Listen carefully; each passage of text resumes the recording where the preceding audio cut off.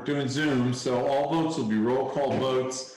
Interrupt every now and then if you have something you want to ask a speaker that's kind of really right in the moment, that's fine. But in general, I'll do a round robin after someone presents so we can all have a chance.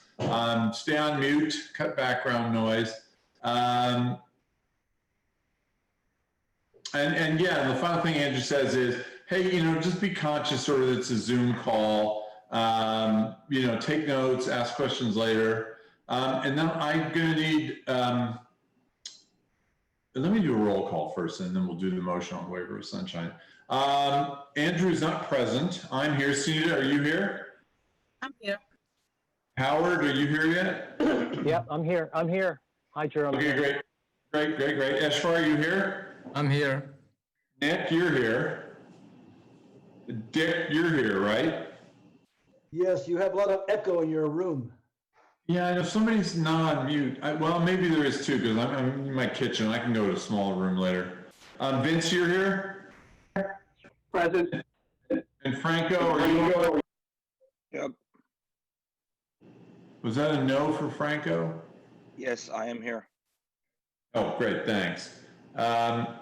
Okay, can I get a motion to waive sunshine on item 2C, which is the discussion and approval to negotiate and execute a 2-year extension of the agreement with Bloomberg Finance? Can I get a motion on that? So moved, Santos. Moved by Santos. Can I get a second? Second, Sanzari. Okay, I have a motion by Santos, second by Sanzari. We have sunshine item 2C.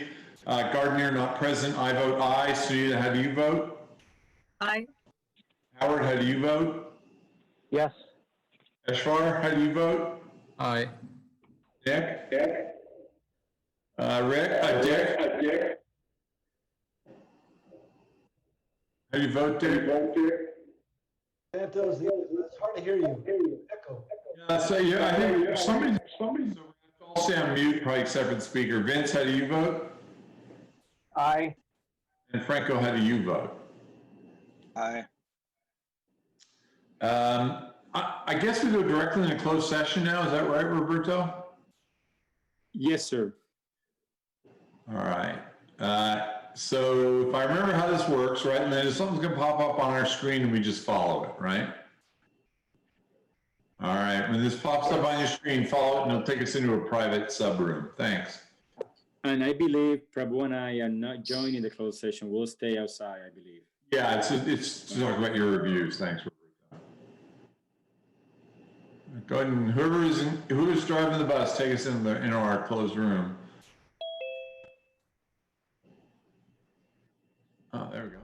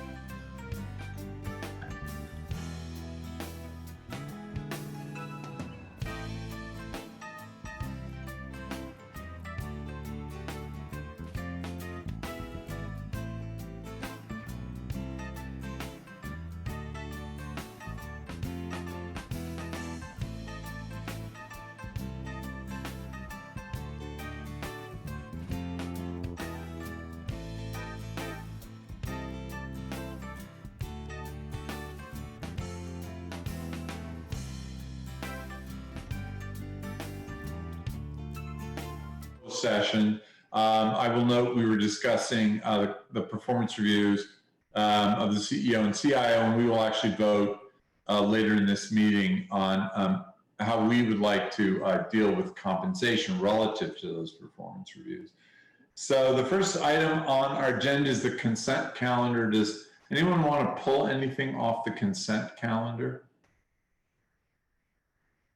Motion to approve by Santos. Okay, motion to approve by Santos. Do I have a second? Second, Howard. Okay, motion by Santos, second by Lee. Going around the room, I vote aye. Sunita, how do you vote? Aye. Howard? Yes. Char? Yeah, I think that's me, yeah. Nick? Thumbs up. That's an aye from Nick. Dick? Yes, Vince? Aye. And Franco? Aye. Great.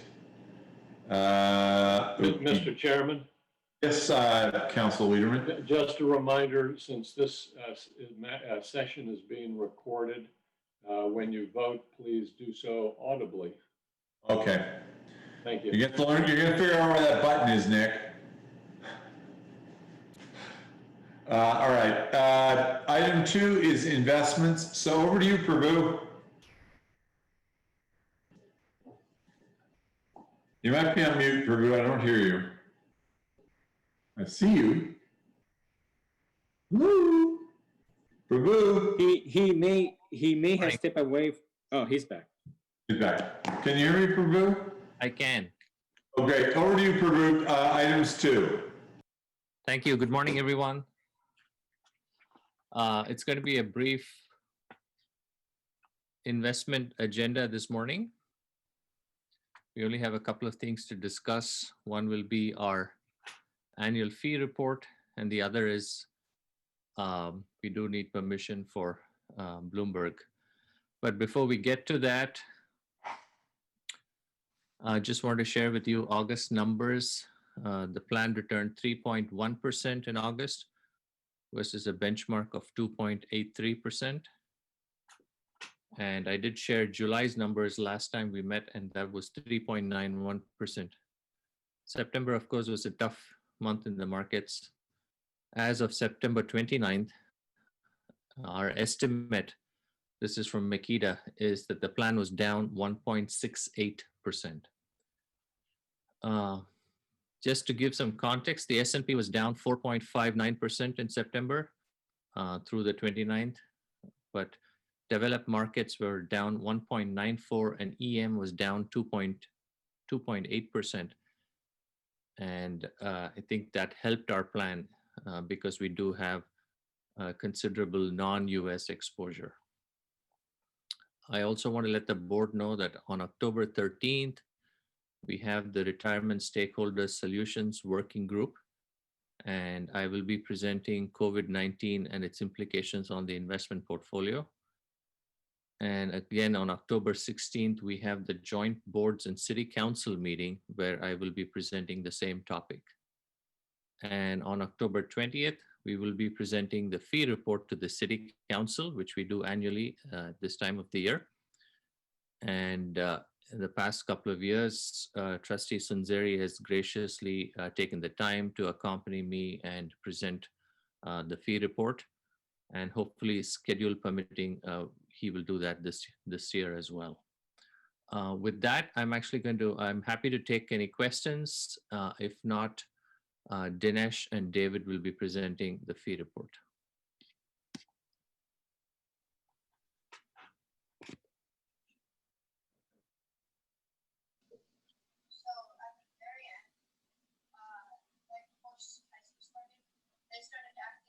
Okay.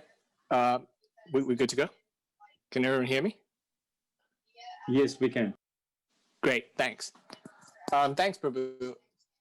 So today we'll be presenting the fee report for calendar year 2019.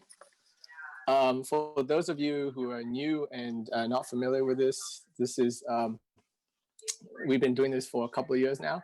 This is the 5th anniversary we've done this. We try and have a comprehensive look at the cost of our investment program. Such costs are inclusive of management fees, incentive fees, and operating expenses, as well as expenses of maintaining the investment office, such as travel, staff costs, custodian costs, investment consultant costs, and other research costs. And so we put that all together to try and give a comprehensive view of the cost of the investment program. So flipping to page 2. So this is just a high-level summary in terms of how our fees have trended. Again, for those of you who haven't seen this, the 2017 onwards, we started collecting operating expenses. You can see prior to that, that we did not actually record it. And so the top line is from this year to last year, fees were relatively flat, right? We made headway in terms of reducing management fees, but that was offset a bit by the increase in incentive fees and a little bit of an increase in the operating expenses.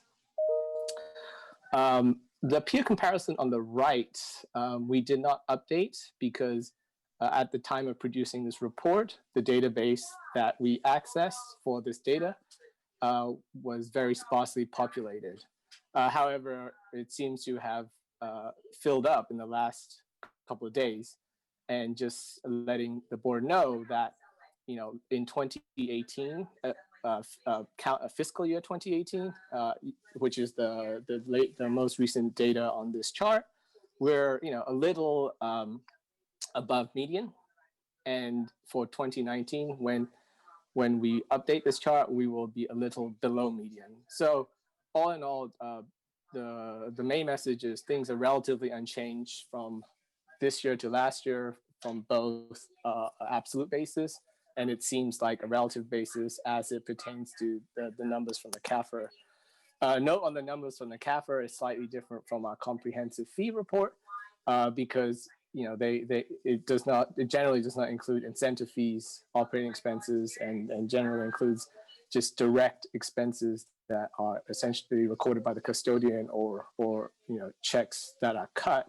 Essentially, you miss out on a lot of fees that are charged to directly to the funds. So a lot of the private market stuff usually gets undercounted in the CAFR numbers. So if we go on to the next page, page 3. This is just blowing up the last 3 years. The data is essentially the same in terms of total fees. And we just put the dollar figures on how much fees have been paid. You'll notice, 2019, we actually paid more fees, even though it's just a 1 basis points increase. We had an increase of 5% of AUM. So the increase in total dollars represented a smaller percentage increase of a basis point. If you switch to the next page. So this is the message that we're trying to drive home last year and again this year. What we should hopefully be focusing on is control what we can control, which is essentially management fees. So I think, just a quick note, we try to incorporate fees into our asset allocation process as well as our manager selection process, but it is not necessarily the main driver of the decisions. We're obviously trying to maximize net of fee risk adjusted returns and be mindful of the costs incurred for doing that. As a result, I think we tend to get more active in areas which we feel are more inefficient, and remain and go passive in areas which we feel are more efficient markets. That being said, again, focusing on hopefully what we can control, which is management fees.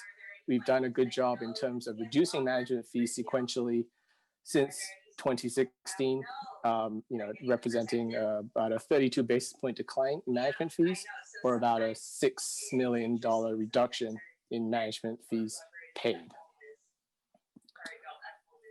Just a note, I think this is in terms of where we think we might be headed in terms of management fees. I think we've made a lot of the changes to kind of drive down management fees to where it is, and don't really expect them to go any lower as we, again, like I mentioned, look for good kind of active managers in the more inefficient markets, such as I guess emerging markets and international equity.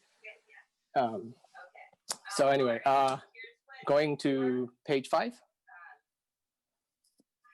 Just a quick look on kind of what has driven the lower management fees.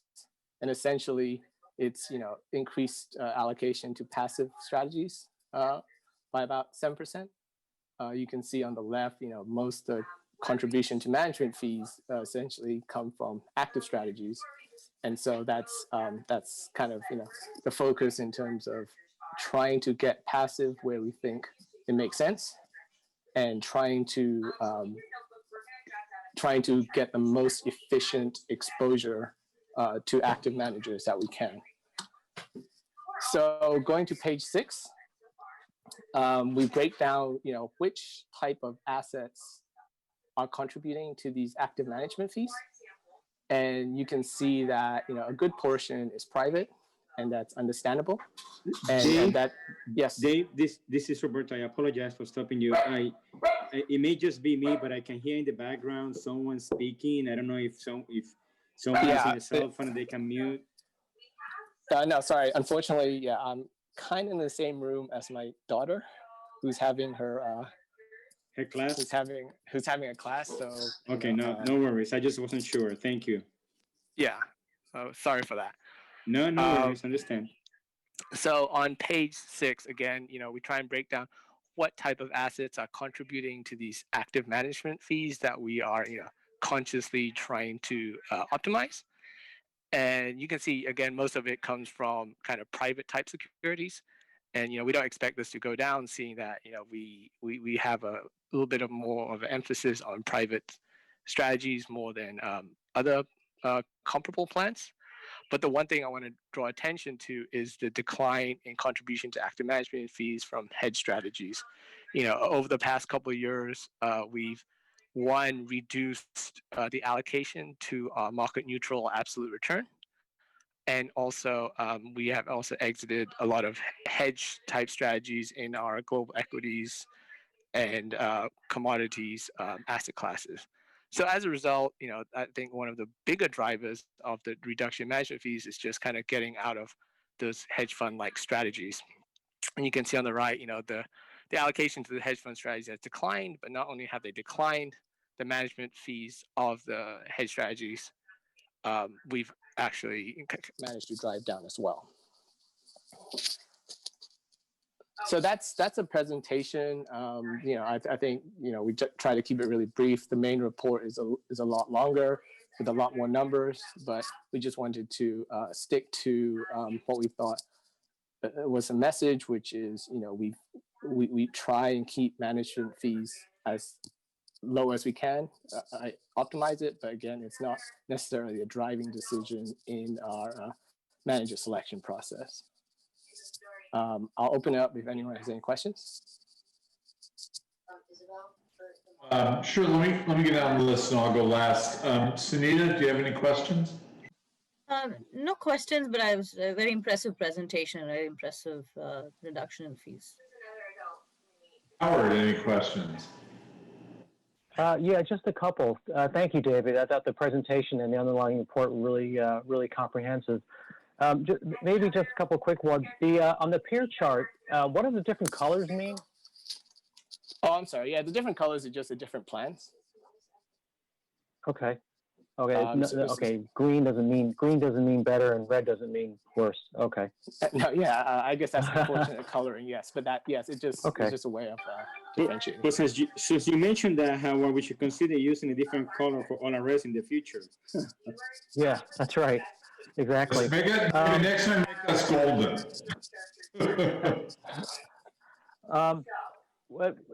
I know you don't. I know strategies changed in 2020. Do you have a sense of where fees might be and the expense ratio might be for the following year? I mean, it's a function of strategies, but do you have a sense, is it going to be, flat compared to this year? I suspect it should be flat. I think what drives a lot of this difference is, first of all, obviously asset allocation and kind of the strategies that you make within the asset allocation. In I think public equities, for example, it might be up a smidge. As like I mentioned, I think in emerging and international, we're getting a little bit more active, and so that should kind of bump up management fees a little bit.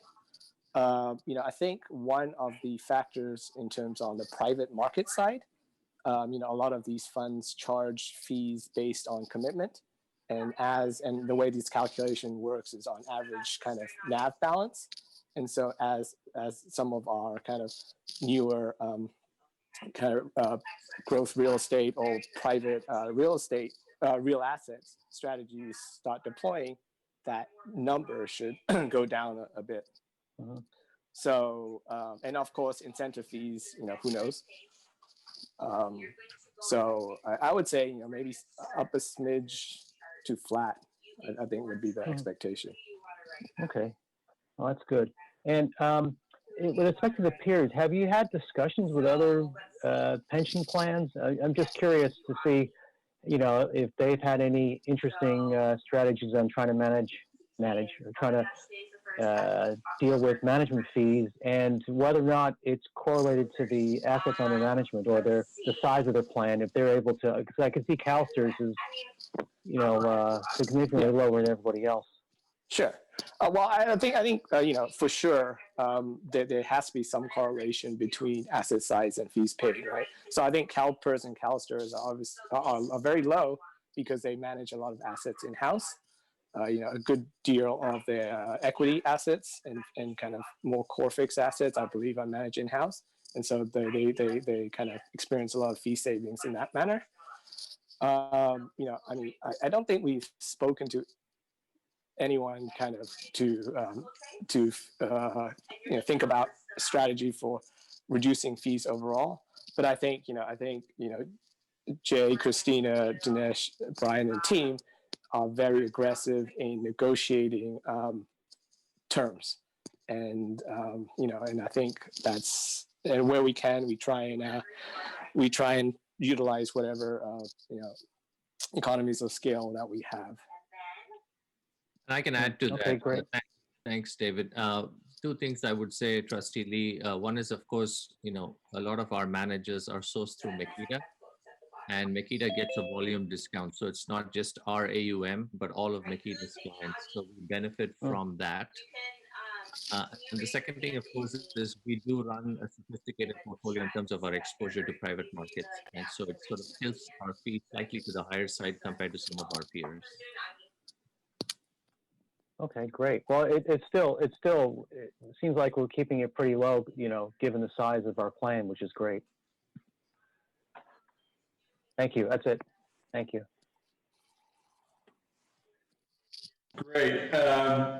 Ashfar, any questions? Yeah, thank you, Drew. And David, good presentation, good charts, that kind of explain things. Couple of questions. So it looks like year on year management fees go down 12 basis points, and incentives up 9 basis points, and operating expenses up 4 basis points, which translates to, I guess, about 4.1 million extra in incentives and 1.7 million extra in operating expenses. So the incentives, is that, do you expect it to kind of go up and down year over year? Oh yeah, absolutely right. I think it's just a function of the performance of pretty much the private markets. Okay. And then anything stand out in terms of the extra 1.7 million in operating expenses driving that? Not really. I think, excuse me. I think, that's a little bit part and parcel with the, I kind of mentioned in terms of going a little bit more active in certain equity sub-strategies. I think, for example, we added a couple of EM managers and kind of got away from and redeeming some of and kind of reducing our relative weight to a passive EM index, and that kind of brought up operating expenses a little bit. Would that impact the management fee, the operating expenses? Both, right? So I think management fee is, fee charged for managing assets. Operating expenses is legal and audit. Okay. Got it. Okay. Thank you, David. You're welcome. Nick, do you have any questions for David?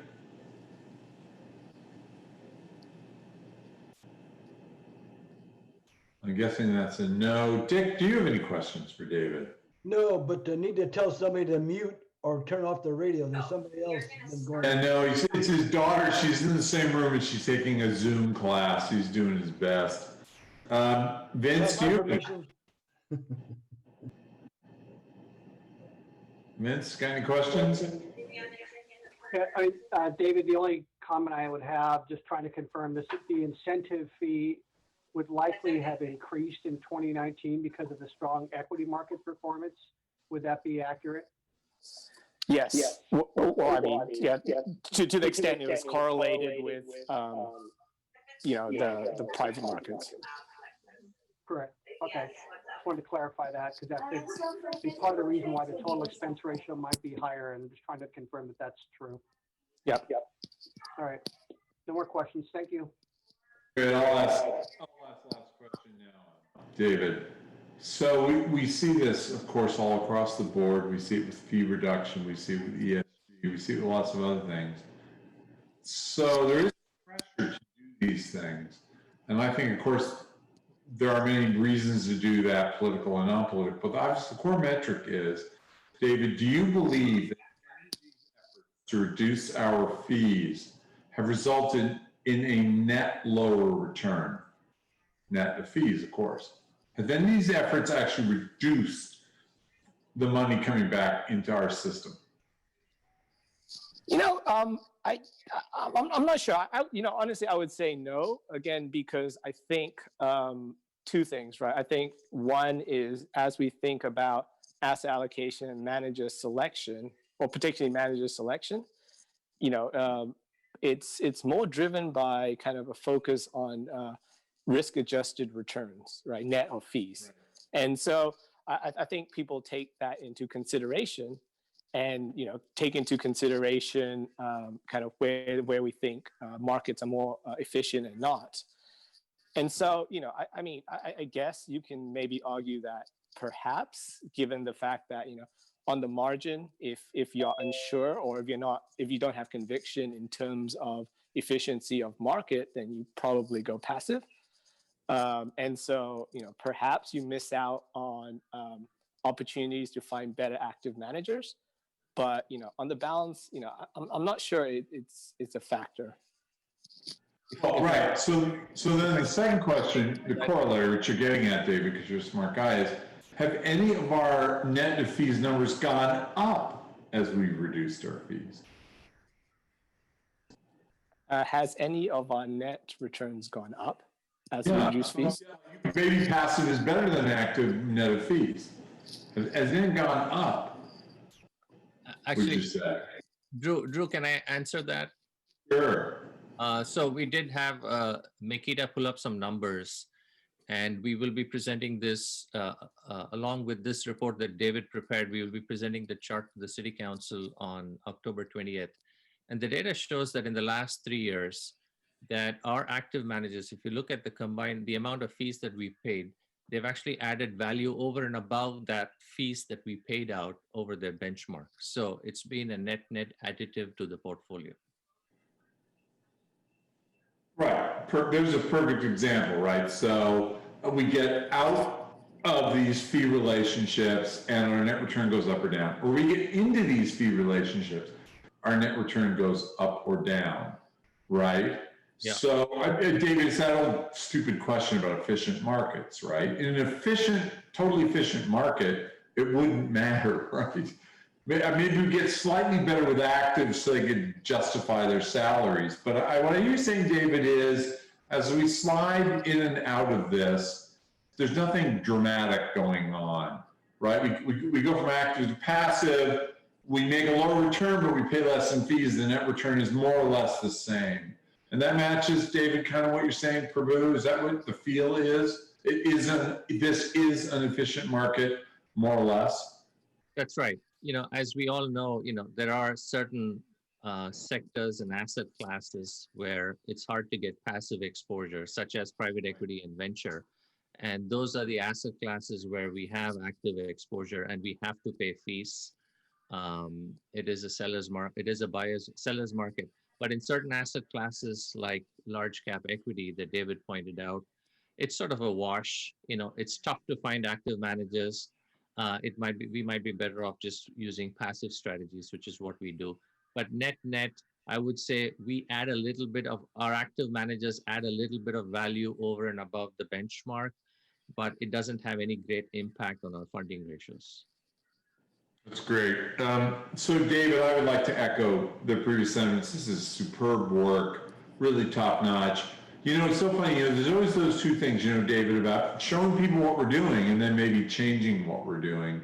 And I think before we change anything, we want to show people. And this is about as good a job as you can do at showing people what we're doing. So on behalf of the board, David, thank you for this really, really solid presentation. And back to you, Prabhu. Thank you, Mr. Chairman. And again, just want to remind the board that we will be presenting this report to the City Council on October 28th. And I would like to pass this on to Mr. Ron Kumar, who will take over the next item. Ron.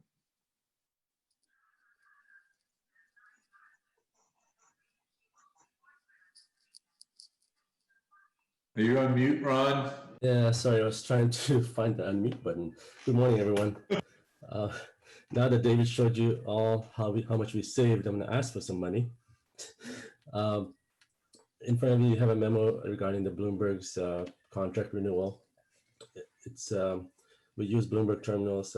Currently, we utilize 6 terminals by investment staff, and we're asking for a 2-year renewal for $150,000 a year, which is split 50-50 with the federated plan. I'd be happy to answer any questions. And Ron, can you go ahead, Prabhu. And Ron, can you remind us, this is an annual contract and we are renewing it, and this is already, am I right in saying that this has already been approved in the budget? Yeah, this has already been approved in the budget, and this is a 2-year contract with Bloomberg. Since it's they actually provide us the terminals that we use in our offices.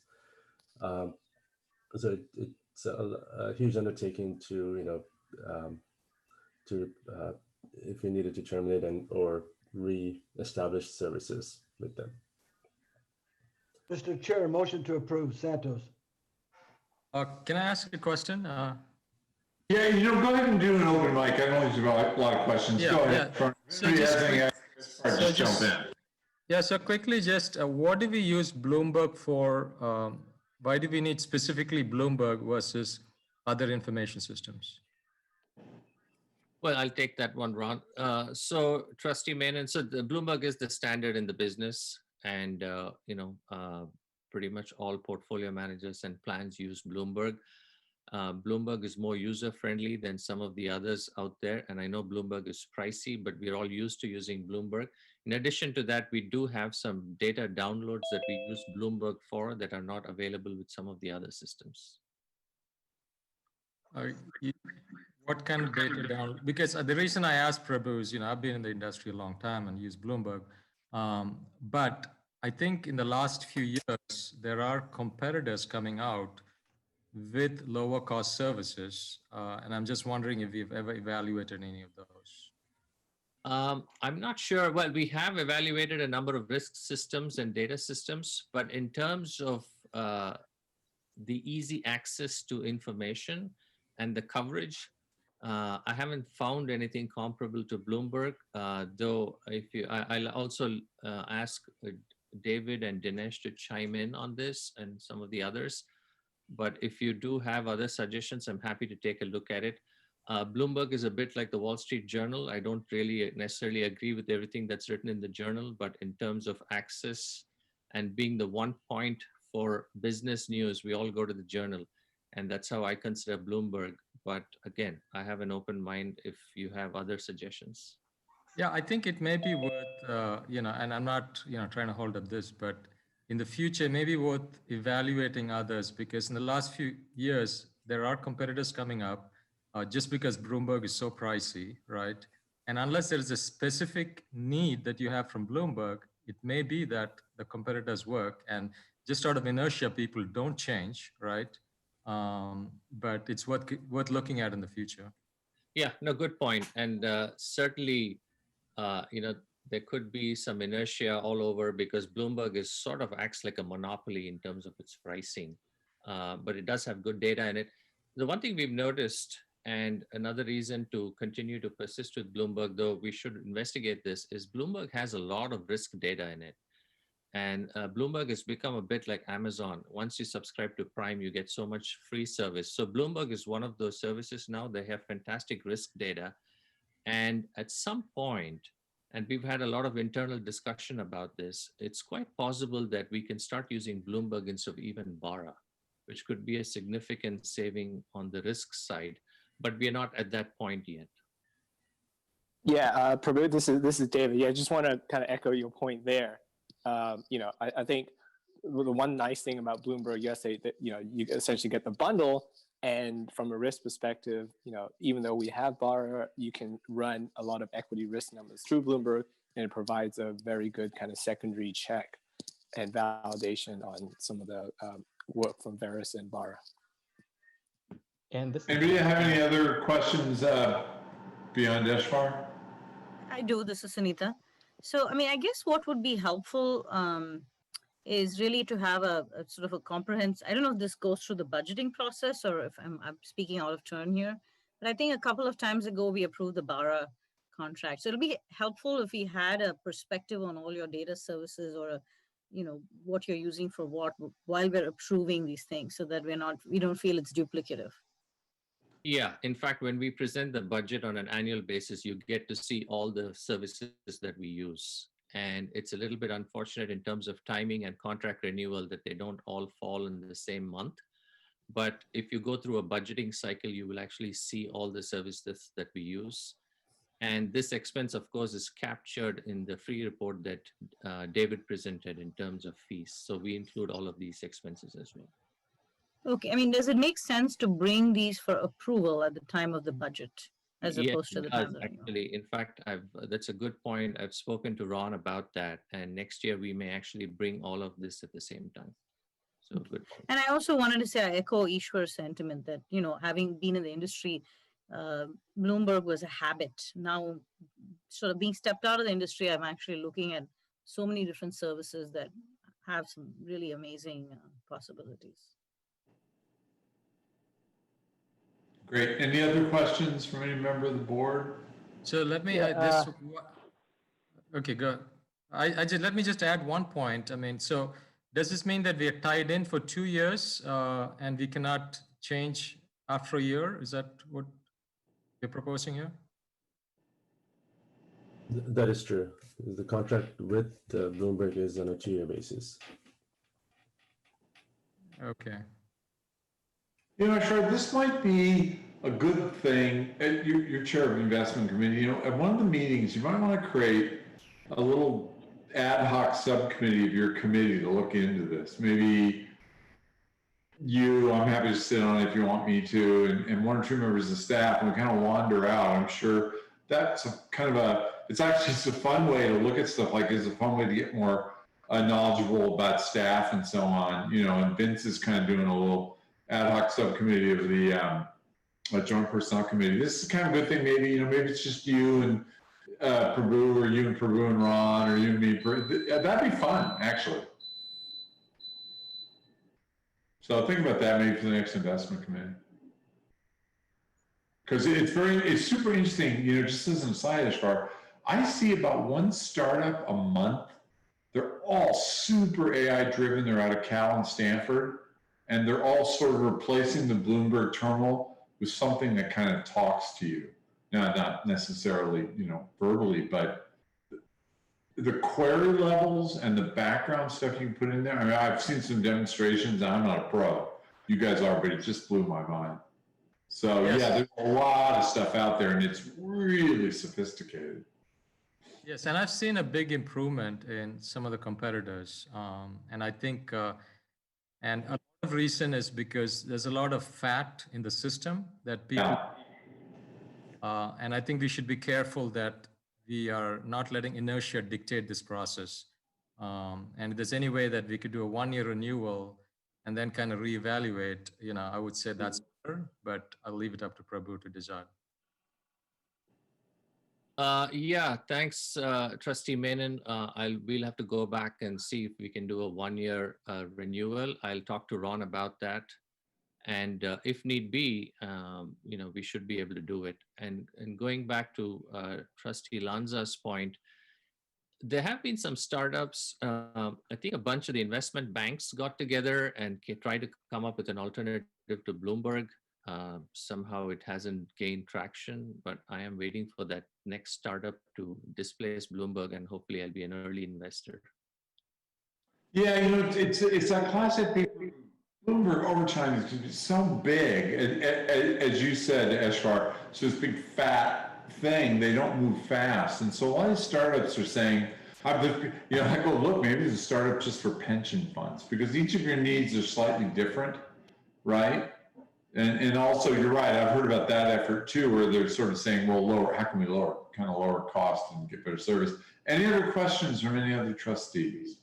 Yeah, Drew, I just want to jump in here too and comment that I think we have to strike a fine balance between our role as trustees and the oversight that we need to provide, while at the same time having the confidence in our CIO to determine the proper way to allocate resources and giving him the confidence to determine the right way to do that. So it is a fine line. I don't want to micromanage our CIO, but I do want to be prudent at the same time. So I think we need to be mindful of that.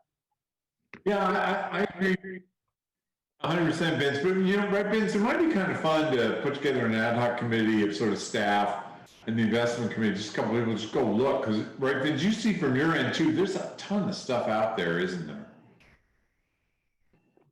There is, absolutely. I understand that. And of course, we may open up Pandora's box and find that there's a lot of other things we want to start to spend money on in addition to Bloomberg. Yeah, we've been down that road before. Thanks, Vince. Any other questions from any other trustees? Yeah, hi, Drew. Just one question to Ron or Prabhu. I know how indispensable Bloomberg is, and I know how much of a grip they have on the market, but just out of curiosity, is there ever a chance you can, negotiate a little bit, or are they just, this is the price and that's it? Yeah, I'll have Ron jump in. I've used Bloomberg for 26 years now, and it's not easy to negotiate with them. We probably get some fee break given the number of licenses that we have, but Bloomberg does act like a monopoly. But Ron, can you add if we've got any? Yeah, so we do get a price break because the city's finance department uses Bloomberg as well. And so they gave us a price break based on that relationship as well, even though we're a separate office. Okay, great. Okay, thanks. That was my only question. And I do agree that it is a fine line, and there's lots of stuff out there, but I know how indispensable Bloomberg is, so it's hard to break the habit. All right. Any other questions? If not, there's a motion on the floor from Dick. Do I have a second for that motion? I'll second. Okay, way down the list. Andrew's not present. I vote aye. Sunita? Aye. Howard? Might be on mute, Howard. Oh. No response from Howard. Aye. Nick? You might be on mute, Nick. Sorry, I was aye. Sorry. Howard? Nick? Santos, yes. Santos votes aye. Vince? You're on mute, Vince. Aye. And Franco? Aye. Great. Done with that.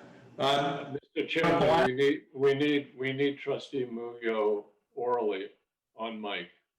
Okay, Nick, do you vote aye or nay? Nick, come off of mute.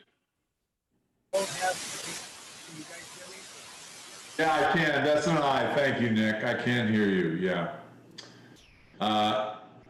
Okay, well, we set a land speed record at our last board meeting that you let me sort of step into manager's big shoes for. I'm going now for the outer space record, the shortest meeting in history, and I'm going to cheat to do that. We don't have anything under old business, continued, or deferred items. That would be the way we have a short meeting. We jump directly into new business, and over to you, Roberto. Thank you, Mr. Chair. So Prabhu did mention some of the items I was going to address in terms of future meetings. He spoke about the retiree, the working group, as well as the meeting at the City Council. I also want to remind everyone that we do have your annual joint meeting with the City Council scheduled for Friday, October 16 between 9 a.m. and 12 p.m. And I'm going to also remind you that this morning on consent, you did approve the consent items, which included under section 1.5B, a memo that was issued by the city to the Rules Committee, which requested the items for discussion at the meeting. I'm going to go through my items quickly here for the oral update. And then at the end, as you know, our city liaison, Sherry Parkman, attends these meetings. And I'm going to ask her to make some comments in reference to that joint meeting of the boards and the city council later this month. So with that, let me just go through a couple of items. Wanted to let you know the deadline for the retiree trustee seat actually closed on September 25th, and no applications were received. So we are working with the city clerk about what next steps we need to pursue on that. But again, the application process closed last week on the 25th, and there were no applications put forward. Also, the application for the open seat for the public member is currently ongoing. We have not received a deadline from the city clerk, but usually speaking, the deadline is in the early to mid part in November. Right now, I can tell you that the city council interview for that particular seat is currently scheduled for a December 1st meeting at city council. So that's 2 months from now. So as we'll have more information, we'll bring that back to the board. But again, if you are a public member that would like to apply for the position, it's probably going to be easy through October, but sometime in November we'll be closing. When we get that day, we'll forward that. Also wanted to let you know that the open healthcare enrollment is scheduled for the month of November. As you know, usually we have a day where we bring everyone at the office. This year with COVID-19, the open enrollment would take place virtually, which means a couple of things. Obviously, we will not be providing the free flu shots, and we will not be having the vendors coming to our office. So it's all virtually. We are going to be providing information on the open enrollment. First, some information on the upcoming newsletter that is going to be issued in the next couple of weeks for the quarter ending September 30th. We also are going to be issuing the open enrollment packet. The goal is to be issued to all the members later this month by October 10th. And that packet has a lot of information about open enrollment from November 1st to November 30th. We are going to be working with the vendors. Since this is virtually, they're going to be educational videos and Zoom meetings. Kaiser will be providing one Zoom meeting on November 2nd, Anthem on October 22nd for non-Medicare, on October 27th for Medicare members. We're going to be providing information also on our website. So we think that we're going to be able to easily access members that are technology savvy and have access to online But those that do not, of course, we are counting on they receiving their packet where we're going to have information besides the Zoom meetings, provide the phone number for the different vendor representatives so they can contact them by phone. And of course, we are going to be available at the office, excuse me, not at the office, but available with staff. So when they contact the office by phone or by email, our goal is to respond to any request within 48 hours. So lastly, I want to let you know that as always, staff continue working remotely. We are obviously working on completing all our core duties and wanted to let you know that board meetings will be held via Zoom, certainly through the end of the calendar year.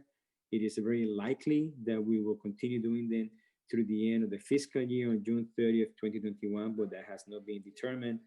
And again, staff continue working remotely.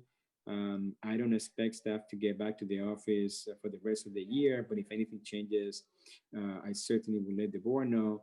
And I suspect that at some point, obviously working with the city, we're going to start the process on getting back to the office in phases sometime in 2021. But again, I will keep you posted when that information comes forward.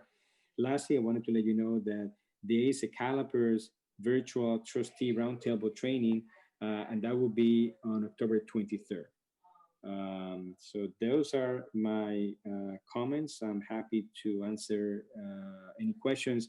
And if you don't have any questions, I would like I mentioned, I would like Cheryl Parkman to comment on the joint meeting with the City Council on October 16th.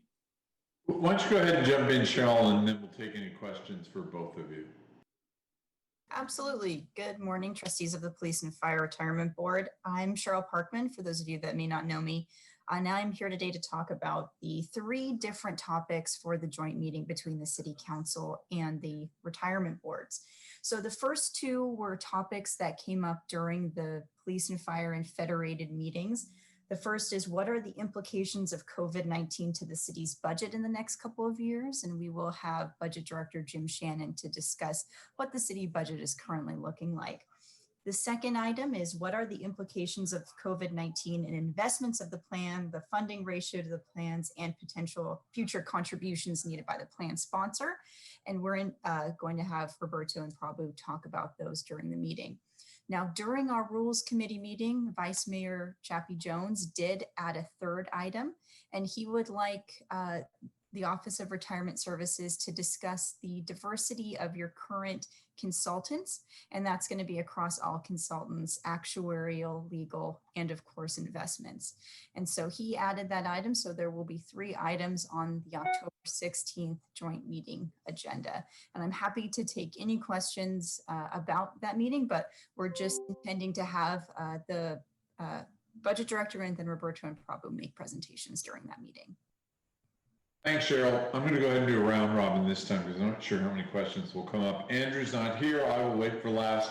Sunita, any questions? I'm good, thank you. Howard, any questions? I'll take that as a no. Eshfar, any questions? No questions. Thank you, Drew. Nick, any questions? I'll take that as a no. Dick, any questions? No, thank you. Vince, any questions? Cheryl, so we can prepare for the diversity question, and I know this is an important topic today. Can you help us define what we're talking about? Is this geographic diversity? Is this diversity ethnically within the organizations that we've hired? I mean, a little bit more specificity, I think, would be important for us to understand that. Absolutely. Thanks for the question. So what Vice, I'm getting an echo, so hold on 1 second. Can everybody still hear me? Okay. Yep, you're fine. Oh, thank you. So what Vice Mayor Jones was talking about was actually demographic diversity. And so what he clarified later to us is that, you know, he believes that there are a lot of highly qualified firms out there that might be ethnically, demographically diverse, that are providing consultant services or advisory services And he wants to know, what outreach we've done to these particular firms, what we've done for recruiting our consultants to make sure that we're, making sure we're looking through everything with an equity lens. And so hopefully that answers your question, Vince. It's all about, ethnic and demographic diversity across all the consultants. Great. Thank you very much. Thank you. And Franco. Any Nothing. questions? So I don't want to put you on the spot, Harvey, but I'm not comfortable. When I saw that, I'm not comfortable with the council asking us necessarily to look into that third item that Vince just raised. And Cheryl, I think, is saying it's pretty innocuous. Harvey, the U.S. Constitution says the government shall establish no religion. And an opinion to me is a belief loosely held, and a religion to me is a belief strongly held. So, Harvey, I get a feeling we're kind of on a little thin ice here. Am I wrong? Or can you weigh in on this, Harvey? This just makes me kind of uncomfortable. Maybe it's just me. You might be on mute, Harvey. Most of my clients appreciate it when I stay on mute.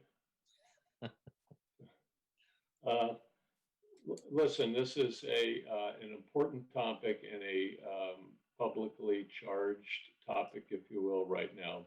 So let me put a few parameters around it.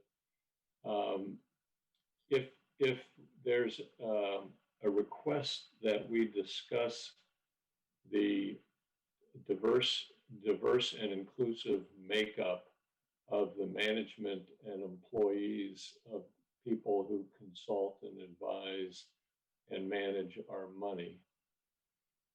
That's going to be a very short conversation because we don't gather such information.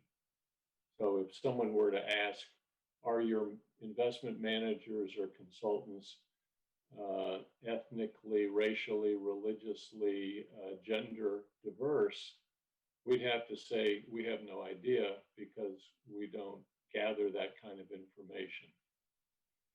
Other retirement systems nationwide and in California as well, to varying degrees, do request such information from their managers. For example, mostly this is focused on investment managers in most public funds.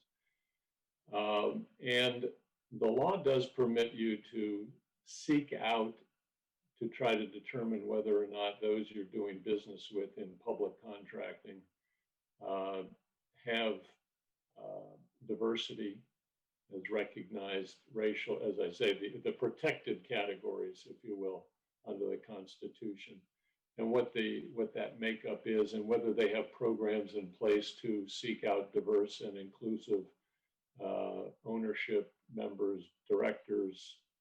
That kind of information we're allowed to gather, but we haven't done that, but other funds do to varying degrees.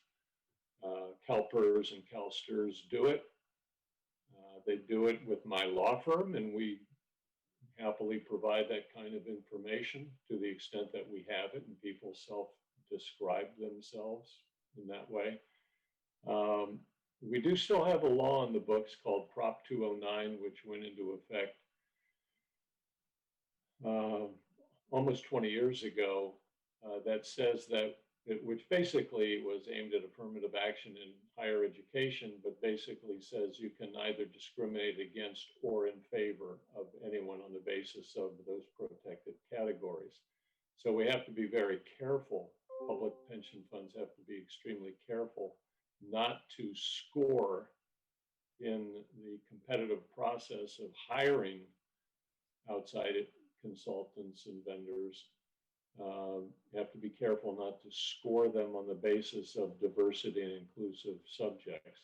So it's kind of a minefield in a way to have to walk through. By the way, there is a ballot measure on November's ballot to overturn Prop 209 and again permit affirmative action in public hiring practices. So the jury's still out, the public is still out on that subject. We'll see what happens on November 3rd.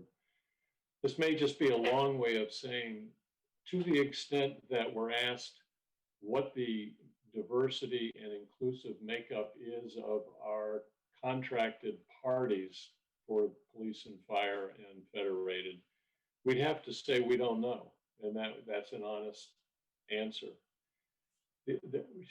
Cheryl raises another aspect of it, it sounds like came up in the conversation, which was what efforts have our boards made, or are we making, or intending to make, to seek out and encourage our vendors to be diverse and inclusive in their practices, in their organization, and in who they do business with? That is a perfectly legitimate question. There's nothing wrong with that.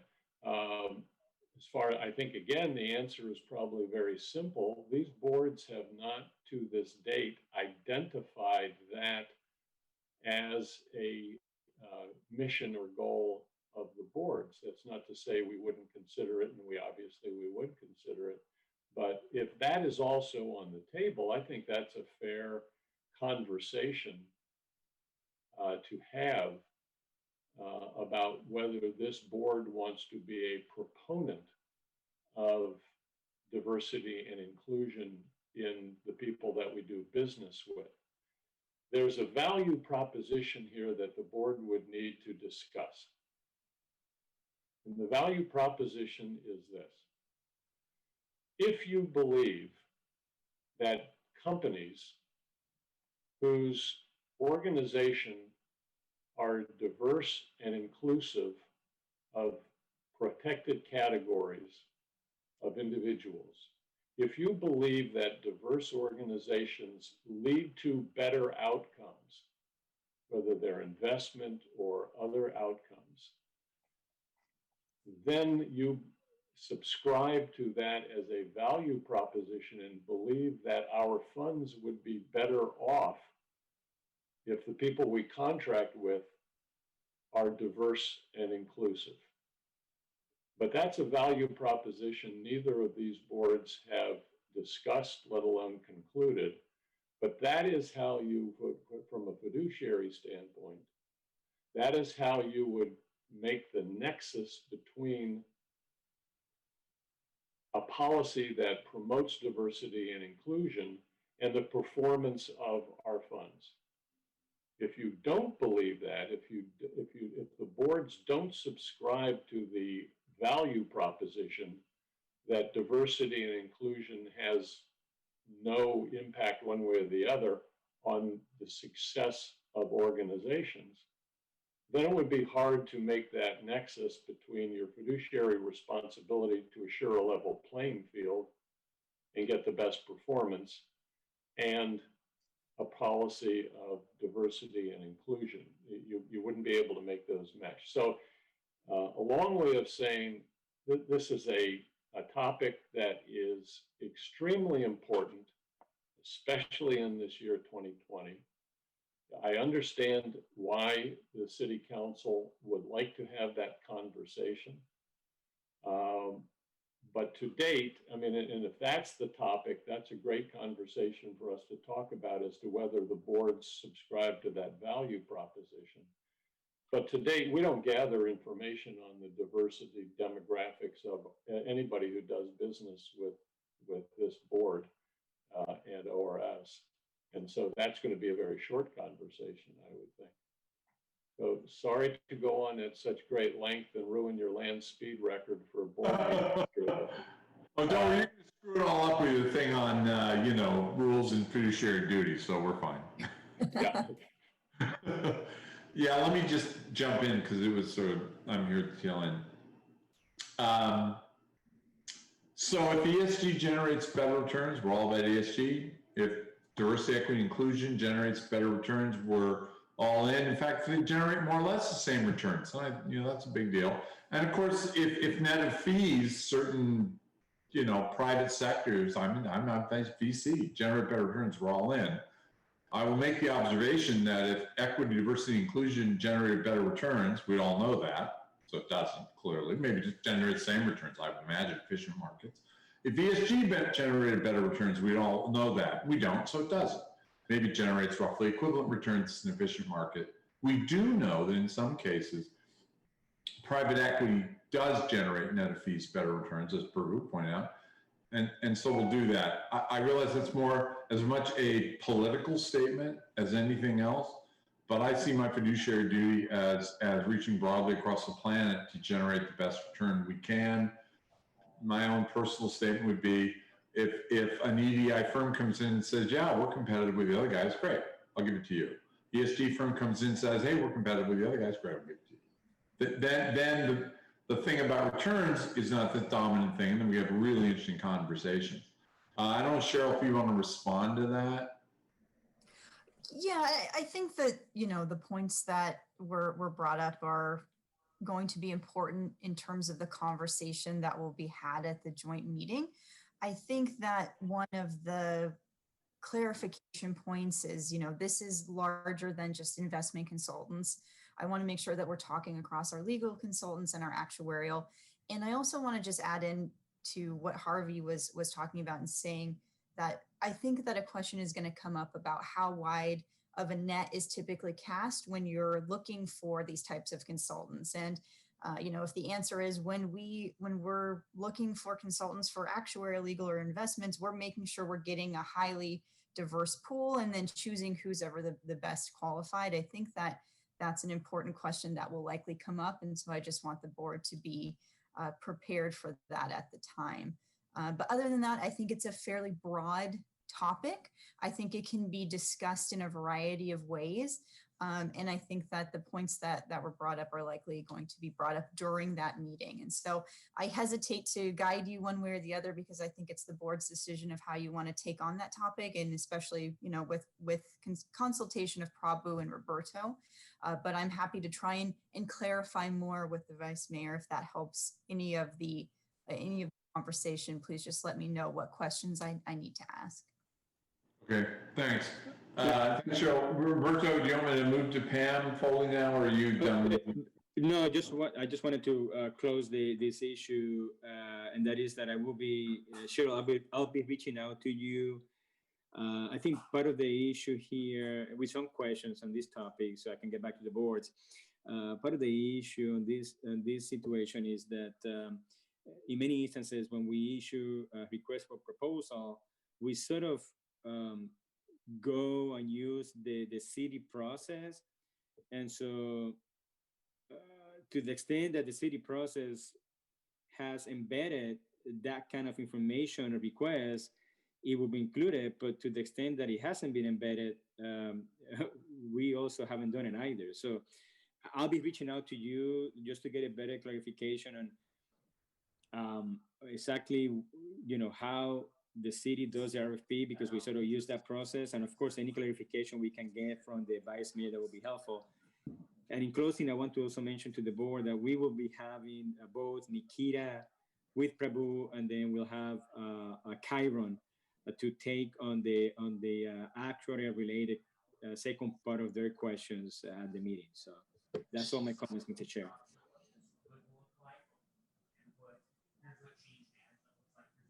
Thank you, Roberto.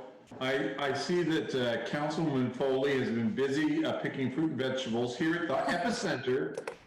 For those youngsters you don't know, before it was called the Silicon Valley, it was called the Valley of Heart's Delight. Over to you, Councilwoman Foley. Don't we wish it was still called the Valley of Heart's Delight? It just makes me smile. Just briefly, I look forward to the joint meeting coming up. Interesting discussion around diversity of consultants, and we'll see how that plays out on that particular day. But I can say that diversity in ethnicity as much as demographics is very much on top of minds of the city council members, and has been for a while. So I don't know how this conversation will go as a co-meeting in a study session in a couple of weeks, but I'm sure it will be an important one, because the council wants to make sure that we're considering this at least. We certainly do when we are appointing members to as trustees of this board and other commissions, that we do take a look at diversity in representation. So it is something that all of the city council members are concerned with. Just briefly, on Tuesday, we had police reforms were 3 big topics. One, we received a report from the internal police or independent police auditor, followed by the internal affairs response. Those were both really interesting and good reports. But what's really exciting is, as you all know, Police Chief Eddie Garcia has announced his retirement. So we are in the midst of searching for a replacement police chief for him. The selection is to begin or to be theoretically completed in January. We're looking to have interviews with council in December. Also, we're looking at hiring a consultant that will be looking at use of force and then making recommendations to council and of course in consultation with the police department on use of force. And finally, we are looking at reimagining, city is calling it reimagining community safety. It's reimagining policing, and there will be extensive outreach to community stakeholders and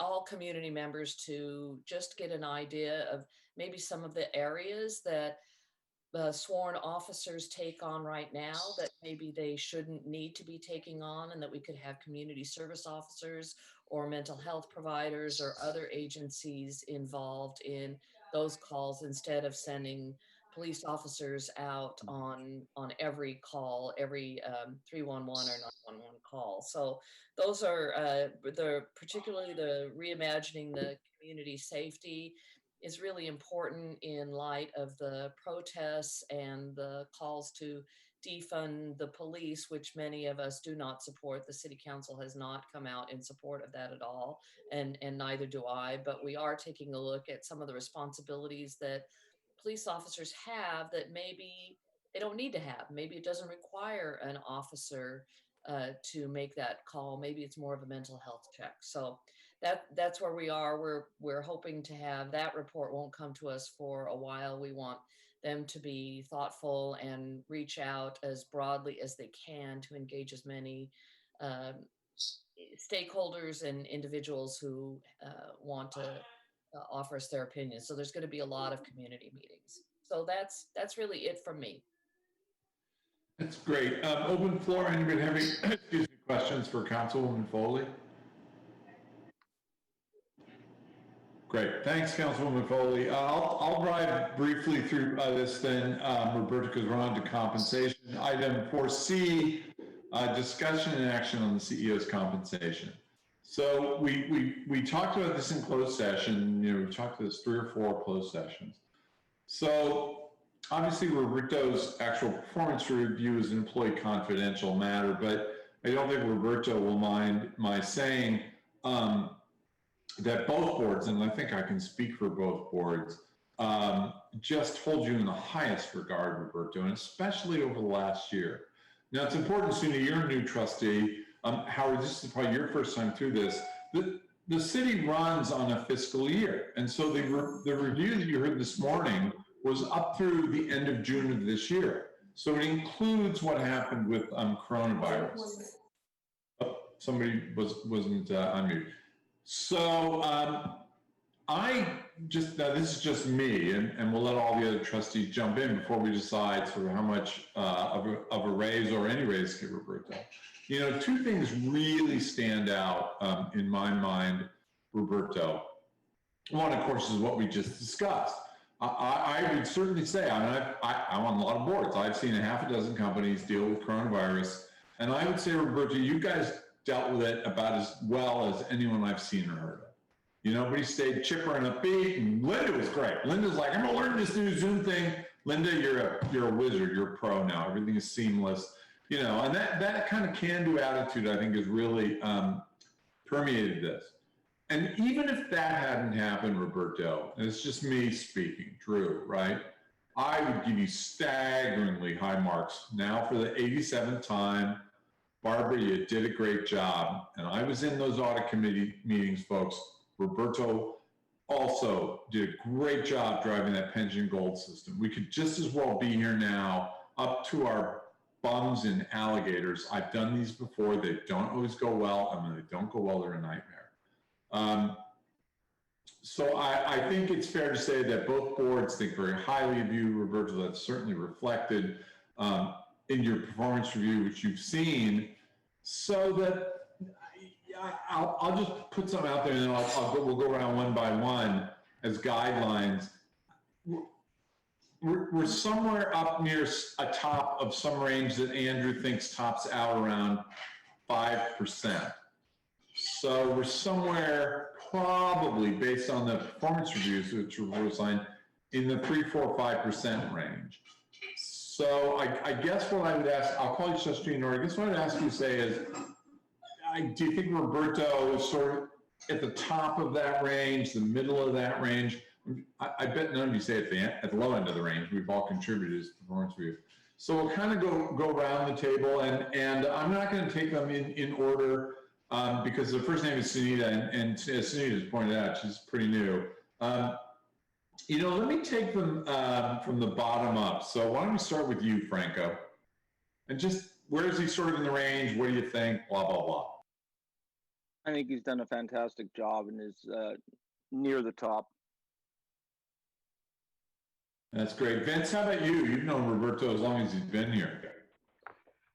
Well, there's a couple things I want to point out that I think sometimes maybe are forgotten or not discussed enough, and that is that we went through a major transition in the organization, not only what you mentioned, Drew, with respect to the software change with Pension Gold, but we had a legacy staff person, senior staff person, and using a staff person is not correct. It's actually a management leadership position with Donna as our COO being replaced, and hiring Barbara into that role. We didn't skip a beat. And I would say that speaks highly to Roberto's ability to navigate that transition for our organization. And I was really pleased to see that went so smoothly. I think we did have a little bit of anxiety about how that would go, and the loss of the institutional knowledge that might come with that, and how that would impact our organization. And for us to continue to move along smoothly, and then to hit this COVID speed bump and roll right over it smoothly, to me, is really impressive. In addition to that, one of the things that's been sitting out there we've talked about previously was we really needed to have some more comprehensive communication plan, and that was rolled out to our board fully and is starting to get integrated. We have newsletters now, and we're working on a more comprehensive plan. So those are very positive things. So I think it's important to think of those things as we consider what that raise should be. It is important for our board to consider the fact that we are within about 12% of the top of the range. And so as we start to think about how aggressive we're going to be in bumping this merit compensation, the last time we went to City Council and got approval for pay range was in 2018, July of 2018. And so what that means is that for those new trustees that are on the board, we have to go and do a new comprehensive compensation study and get approval to increase those ranges if we top out. And so just keep that in mind, that we don't want to have to get there too quickly. And I'm not trying to top out our CEO's compensation, but I want to be mindful and thoughtful about how we do that. So with roughly 12% between where we are right now on the top of that range and 2 years removed from having received the City Council approval for changing the range, keep that in mind.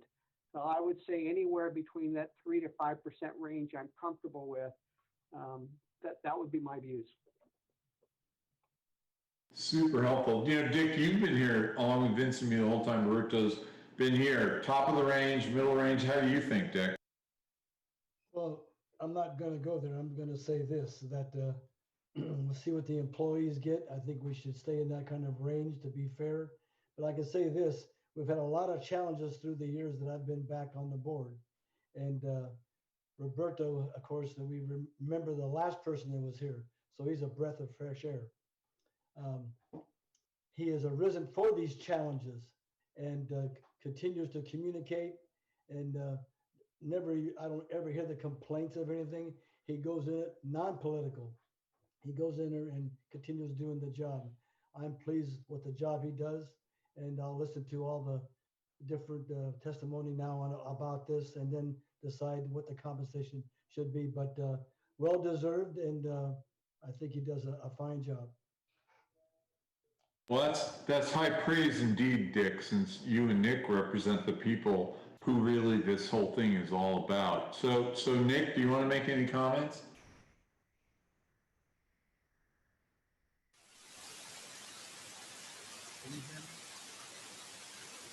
And you're a little faint. Speak up a little.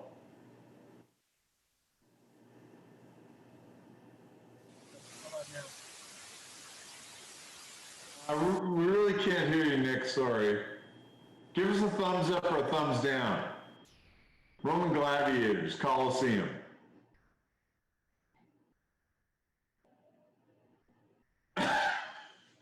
Yeah, whatever that guy means. All right, we'll move on, Nick. If you figure it out, we'll come back to you. Eshwar, you want to make some comments? Yeah, so I'll echo what my fellow trustees have said, and it looks like the federated board also said, which is Roberto's doing a great job, and I would say at the top end of the range. That's great. Okay, Howard, even though you are new, jump in. Howard, what are you sort of thinking? Well, thanks, Trustee Drew.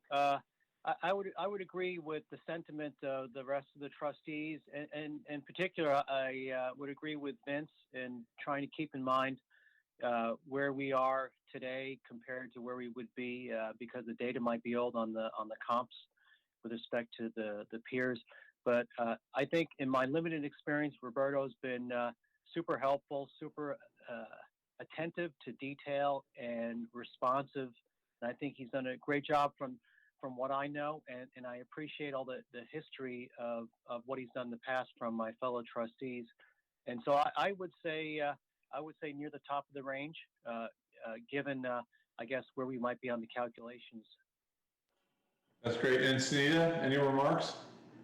Yeah, I mean, just an observation that it seems like last year it was at the low end of the range. Given such a stellar performance, I would support a high end of the range this year.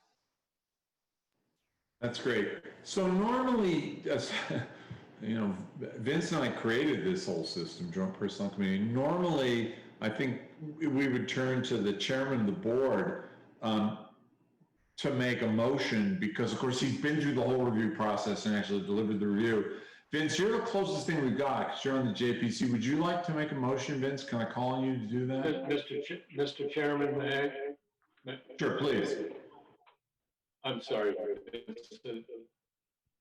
Just for clarity, I'm looking at the and this is for all the board, because we've been talking about the range and capacity in the range. If I'm looking at the memorandum of October 1st, it appears that the top of the range is 288, and this year's salary with the increase that was granted by the city has it at 271. So that would indicate there's only 6% capacity to the top of the range, not 12. Harvey, Do I have that right, or have I got that completely wrong? You got the numbers correct, but the concept is not quite right. So the total compensation includes an automobile allowance, which is not part of the range. And I think if you read the memo also talks about the 5% non-pensionable, which is paid outside the range for everyone. So I think when Bill said 12%, he was referring to the salary or the compensation within the range, not those payments that are outside the range. Forgive me, I didn't understand that the 5% was not considered part of the range. Thank you. Understood. Clarifying Thank you. that. Thank you, Mr. No. Chairman. Sorry to interrupt. So I got a text from Vince saying, you've been in contact, Drew, with Andrew, so why don't you go ahead and do that, and I have been. I think I'm representing the Fed position, Andrew's position. We'll see, Vince, if I'm representing JPC's position. But I'll move that we give Roberto a 5% pay increase. Is there a second? I'll second that. All right, so that's good. That means JPC's on board. Lanza, motion. Slanzeri, second for 5% pay increase. Andrew is not here. I vote aye. Sunita, how do you vote? Aye. Howard, how do you vote? Yes. Eshwar? Aye. Nick?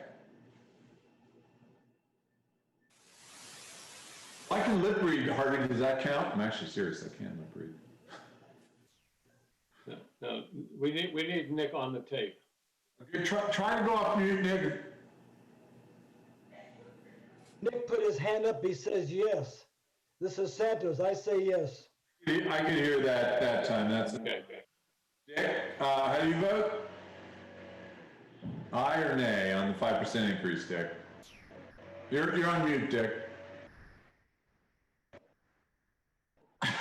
You gotta go off mute. Oh, okay. Drew, are you saying Nick or Dick? I'm getting confused. Nick, You vote aye. I said yes. Oh, thank you, Dick. Vince, how do you vote? Aye. And Franco? Aye. Eshwar, can I just sort of turn this over to you on Prabhu, or do you want to drive it? Your call. Yeah, I'll just, so quick summary. In terms of performance, I'm going to echo everything we talked about. Roberto applies to Prabhu. Very happy with the performance. And I think the couple of things which came out in the review, one is team stability. Things are much better than they used to be.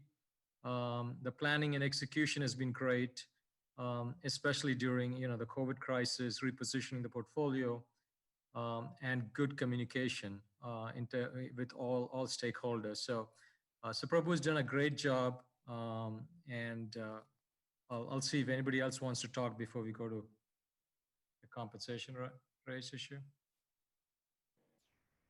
That's great. Here, let's do this in reverse order again. Franco, do you want to make any comments on Prabhu's compensation? I put him in the same category. I think he's doing a great job during a very, very difficult time. This is not the easiest time to try and keep a pension plan above water. So I think he's doing a fantastic job. Thanks, Franco. Vince?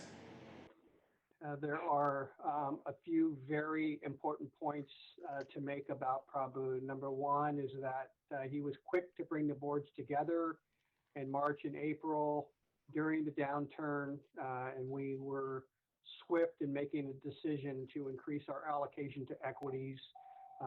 I would attribute a large part of that decision to Prabhu and working with the consultants to make that happen. Secondly, if you look at the tenure of our staff, we continue to retain staff, and I attribute that to Prabhu's leadership and management ability.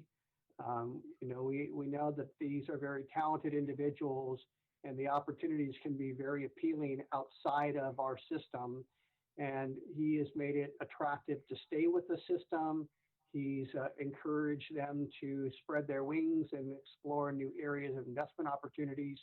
And he's also promoted a couple of these investment officers to senior investment officer positions and grooming them for the future.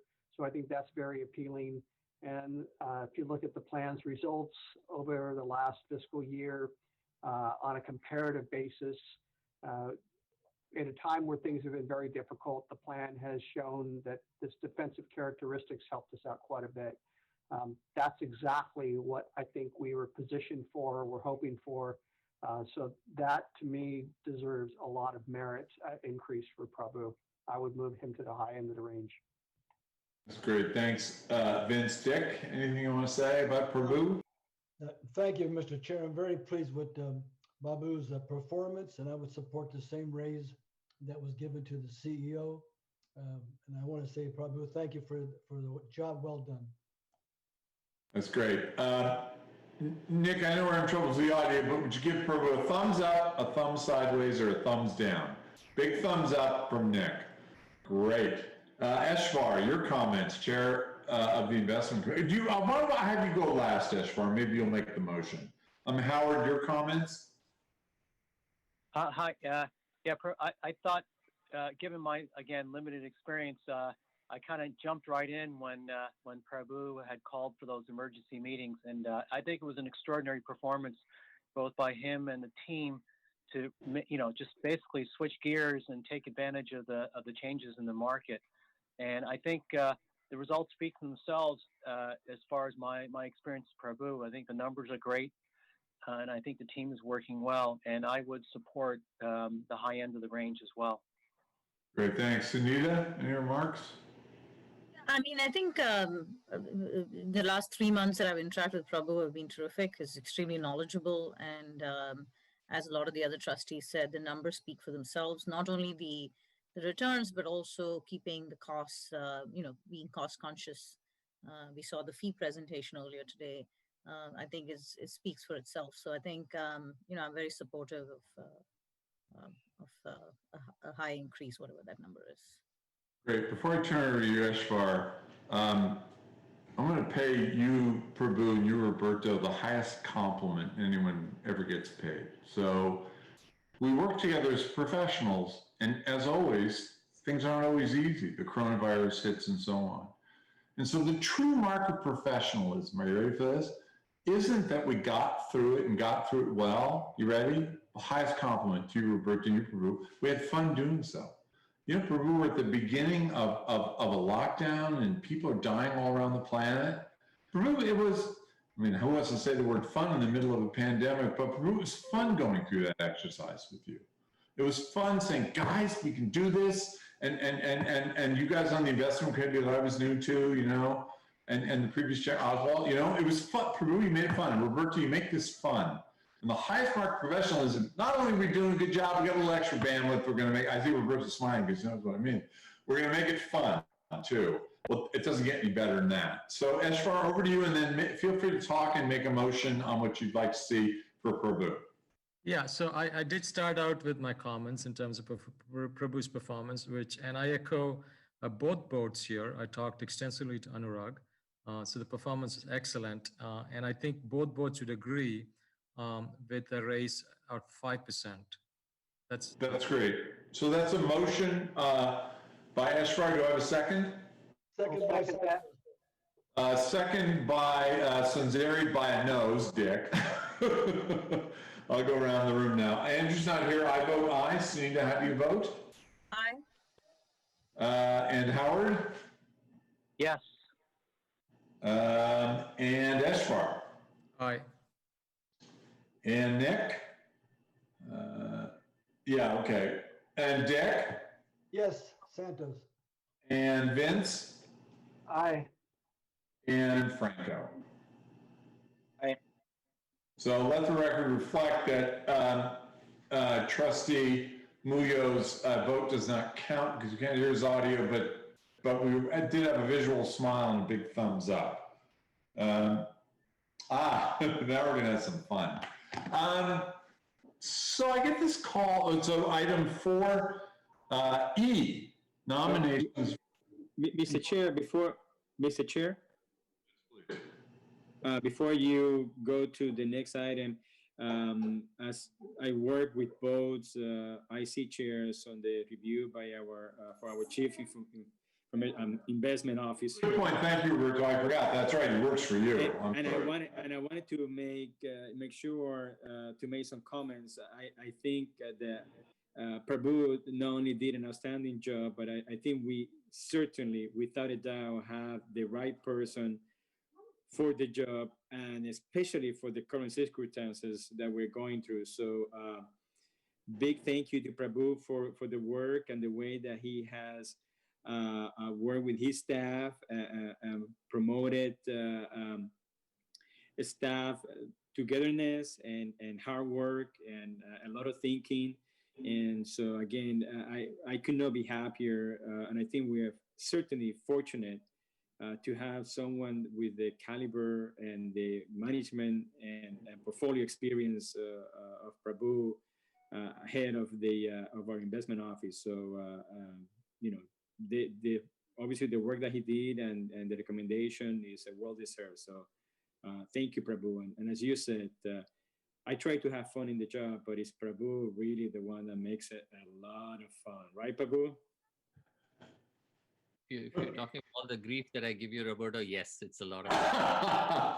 Well, highest marks to you, Roberto, because Prabhu and Barbara are both just outstanding officers for the ORS. So high marks to you. All right, we're on to item 4E, nominations for the position of board chair for calendar year 2021. So what I'm going to tell you is a bit strange, but you'll latch on real quick. So I get this call from Andrew a couple of weeks ago. He said, "There's something really serious I need to talk to you about." I'm like, "Oh God, you're not like moving to Cleveland, are you?" You know, and he says, "No, but," he says, "between the work and my family and the board, and I've got a little night job I do, I don't think I have the bandwidth to be chairman." So of course the natural question Andrew said was, "Can you step up to be chairman?" And I said, "Sure. I mean, anything for the system, I'm happy to do it. And I'm the vice chair, I would be stepping out." So Andrew wants to step down as chairman at the end of this year.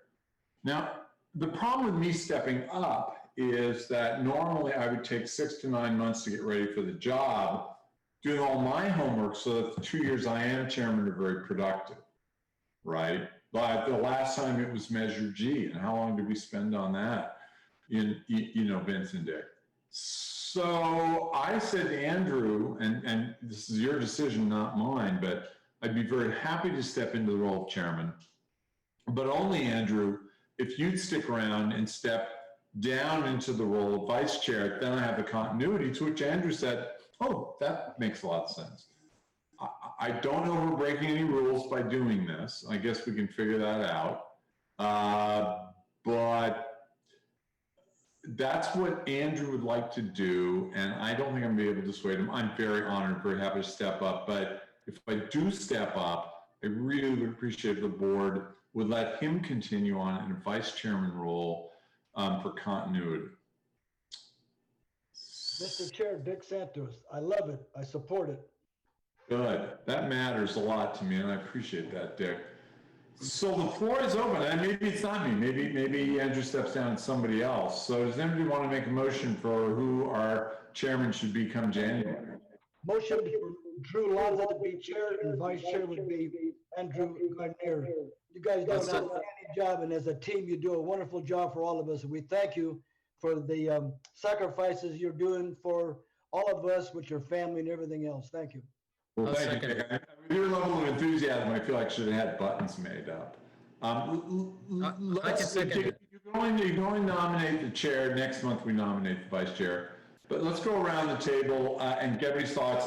Just be honest. You're not going to hurt my feelings. Andrew's not here. I would be willing to accept that. Sunita, your thoughts? I think that's a great idea. I've interacted with both of you now, and I think it's terrific. Yeah. That's great. How are your thoughts? Yeah, I support the idea as well. I think that because of the continuity, I think it makes perfect sense. That's great. Eshvar, your thoughts? Yeah, I think it's a great idea, Drew. So I totally support it. That's great. Nick, we're not voting yet. I'm sorry, I'm laughing. With so many people on Zoom, I just thumbed to Nick and he's waving his thumb up. Thank you, Nick. As you're a past chair, that means a lot to me. Dick, you've already spoken. You support Vince. Your committee. Your thoughts? Well, if Dick made the motion, I will second the motion. I completely support it.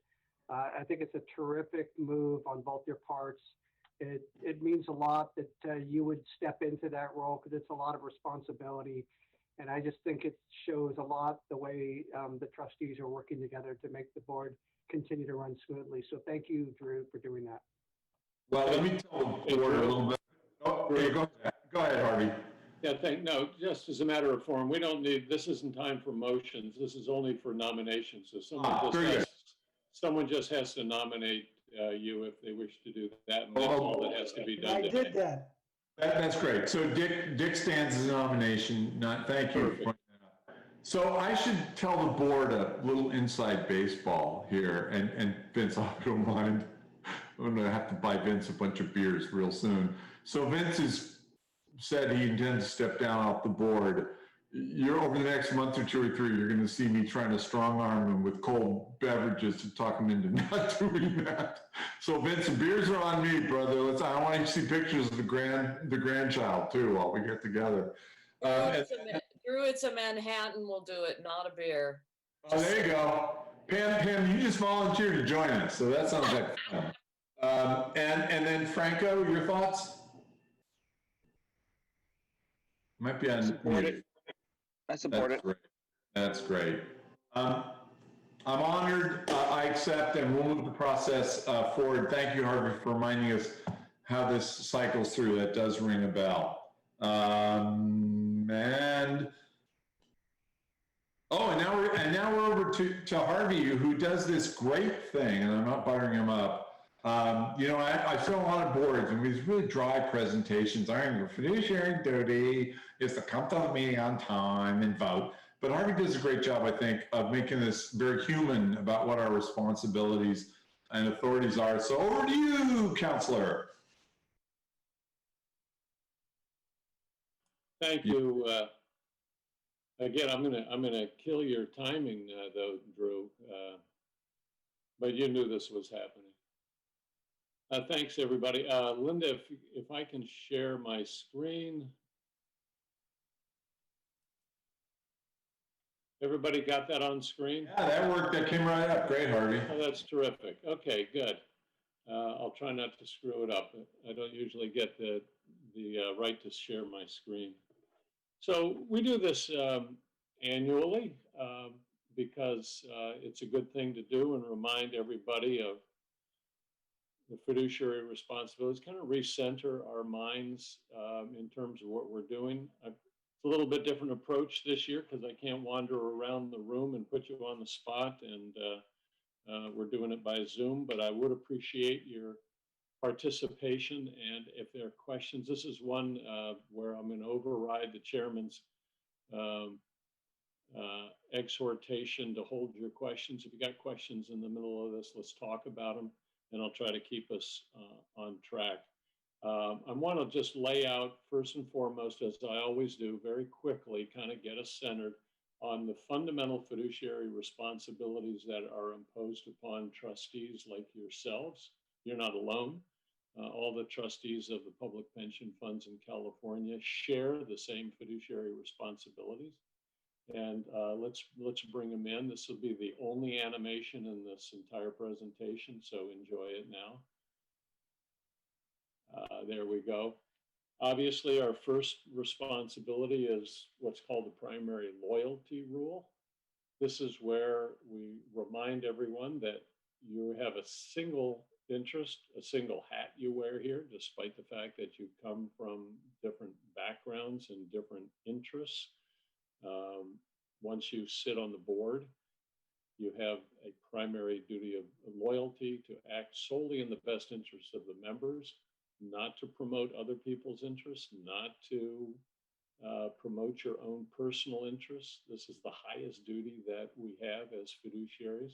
And by the way, I'm a fiduciary to you, so I have to abide by the same responsibilities as you do as a fiduciary. The second one is the exclusive benefit rule.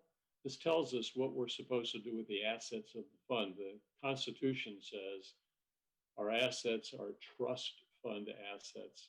And we only have two things we can do with the assets.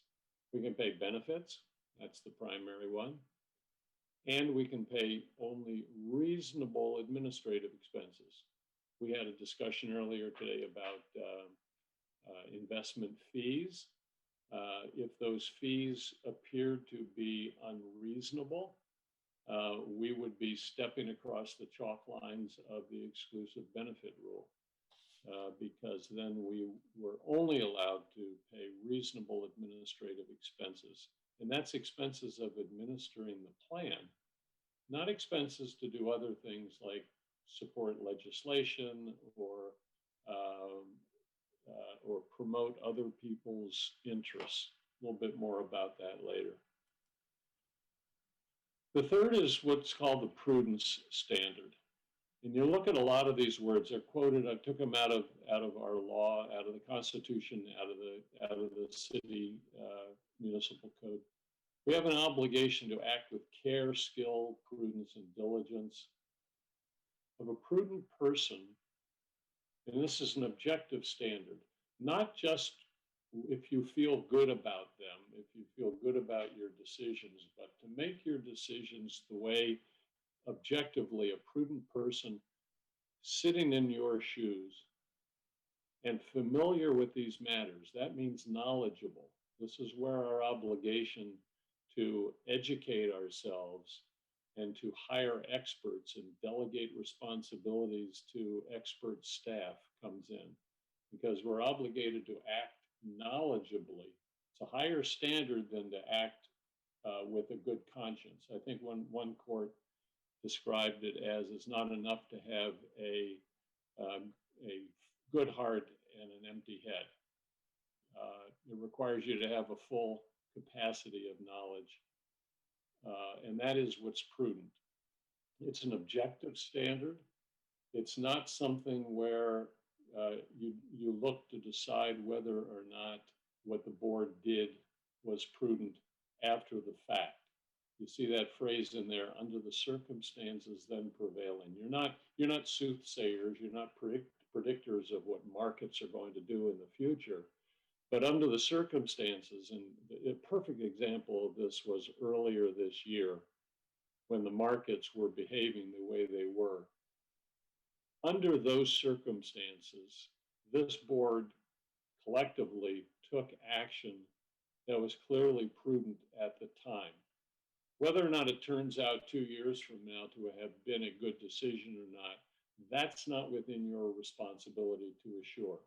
Your responsibility is that the circumstances that present themselves to you, have you acted in a prudent fashion? Got two more pillars of fiduciary responsibilities.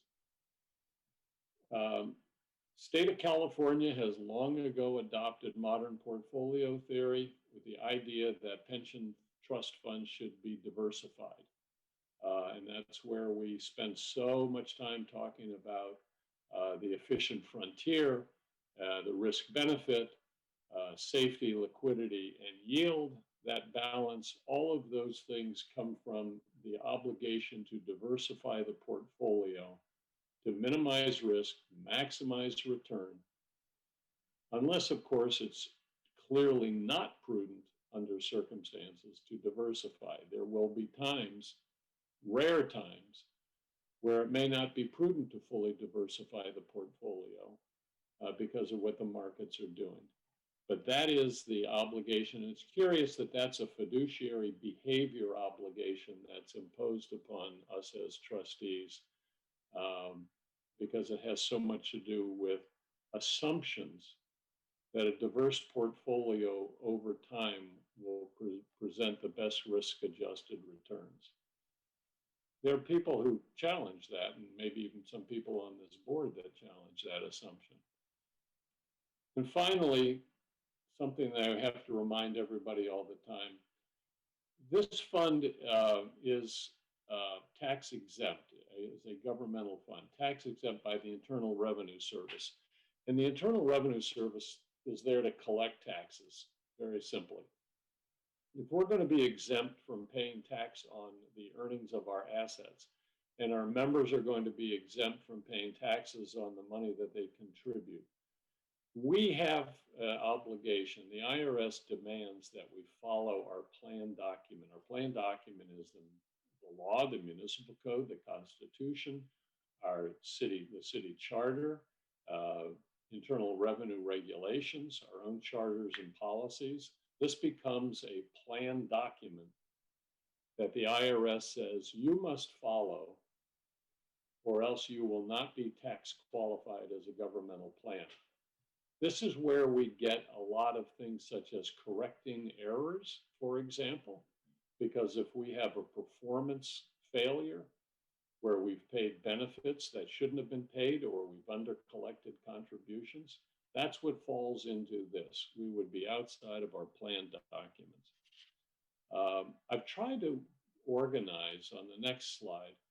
I tried to take these 5 pillars and sort of put things that come up all the time under each pillar just to give you an example of how things that we deal with every day fall into these various responsibilities.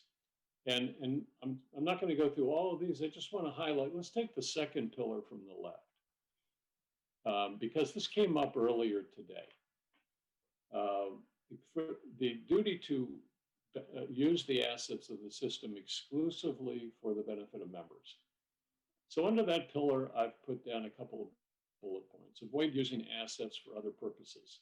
Avoid impacting the plan to achieve other people's goals. So we had a conversation earlier today. It's kind of a teaching opportunity. The discussion earlier today about diversity and inclusion in our contracting. The question is, and the reason why I raised that value proposition with you is because we have to use our assets. We invest our assets to make the best risk-adjusted returns on those investments we possibly can. That's our fiduciary duty, to exclusively benefit the interests of our members in having an actuarially sound and well-funded pension plan. If there are other goals, laudable goals, policy goals, interests that others have, for example, in promoting diversity and inclusion, we have to be able to tie those activities back to the risk-adjusted performance of the fund. And that's why I raised with you that value proposition. If you believe that companies that are diverse and inclusive in their activities will produce better results, then you can tie that activity, that promotion of diversity and inclusion, into your obligation to exclusively benefit the members through the returns that we seek in our portfolio. Because you believe that over time, the portfolio will in fact perform better, the plan will perform better if the people that you contract with have those goals in mind. So there's a good example of how we have to keep tying back things that we talk about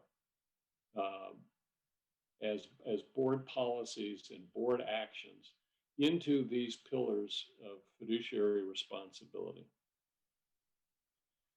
I talk about fiduciary responsibilities to a lot of boards, and every once in a while someone will ask me, why are we held to such high standards? You know, what's the purpose of this? Why aren't we held to also a high standard? Those board members who come out of the business world and industry, why aren't we just held to a broad standard like the business judgment rule? Well, what's the purpose of holding us to high standards? And the answer to that really is because the people of the state of California who adopted these standards for us to follow understood that we all have certain human foibles, I'll call them, certain human behaviors. We all act situationally with certain ethical precepts or not, and are flexible in them. Our job is singularly to take care of other people's futures and their livelihoods. That's what this board is all about. Our charge is to steward the assets so that we act solely for the future best interests of the retirees of this system and the current employees of the system. When we have that obligation not to think of ourselves in our own self-interest, but to solely be responsible for other people's livelihoods, that's why we are held to these high standards. Because when we're taking care of our own interests or the interests of others, there's a whole litany of things. I've mentioned some of them on this slide. There's a whole litany of behaviors that are inappropriate when your responsibility is for someone else's livelihood. We always do things to advantage ourselves or other people that we like in normal human behavior. We do things to disadvantage people that we don't like. We all have unknown biases that we act on that as a fiduciary we have to park by the door. There's group pressure. When we say we have an obligation to act independently, that means that as trustees, we don't just, if the board seems to be going a certain way, it's our obligation to look at it independently, not just get along to go along. We have to avoid personalizing decisions. I've seen board members up and down the state from time to time when considering disabilities. Oh, I could have kept working, that's not really a disability. I'm stronger than that. They should have just sucked it up and kept at the job. You have to park those kind of feelings aside when you're looking out for the best interests of other people. There's a bunch of other things that we do that I've identified on this slide. It's easier making decisions out of the public eye. But our plan document, the Brown Act, is part of it, tells us that we are obligated to the public to make decisions, except very few, in the public eye where the public has a right to access and influence our decision making. It's not easy. If we were dealing with our own interests, we'd never discuss these things in public. But there we are. We have this higher obligation to abide by our fiduciary responsibilities. I have a question. Please. Could you flip to the previous slide? Sorry. Let's see. The point of giving in to group pressure. To get along, go along. I think you said it really There nice. You go. Yeah. Yeah. So do we have, are you obligated to keep us honest on this as trustees? Well, I can't look into your head or your heart. But the point is that you're expected to exercise your own independent judgment. It's an interesting. So I'm policing myself. Sorry. Yeah, it's an interesting tension because you've been, New York State, for example, there's one trustee. The controller of the state of New York is the trustee for the New York State Pension Fund. One person makes all the decisions. Our board has to make collective decisions. So you have to act as a fiduciary collectively. But each individual trustee, yourself included, is a fiduciary, and you're expected to exercise independent judgment on things. So that's why I put the caution. You just don't rubber stamp because it looks like that's the way the board is going. If you have concerns, and this is inside your own head, yes, I think you use the phrase self-policing. Yeah, you self-police. Your obligation is to say, boy, I'd sure like not to be the one raising an issue right now and standing in the way of our getting lunch. But I actually do have some concerns with that, whatever the issue is. And it's your obligation to voice those concerns as diplomatically as you can or not. But how you get it across is a different thing. But we should resist the idea of Oh, I can see which way the wind's blowing on this thing. I don't really care that much about, a certain issue. So I'll just say, fine, that's good with me. That's heading in the wrong direction. Okay? So Can I also follow up? Go Please. ahead.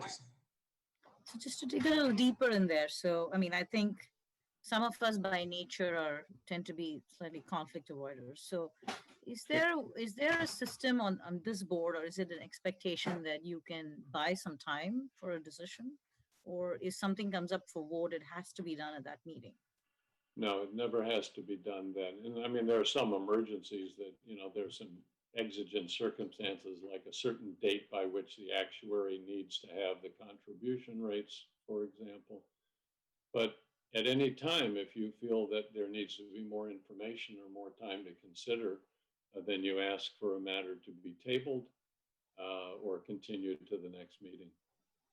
Thank you. I appreciate the clarification.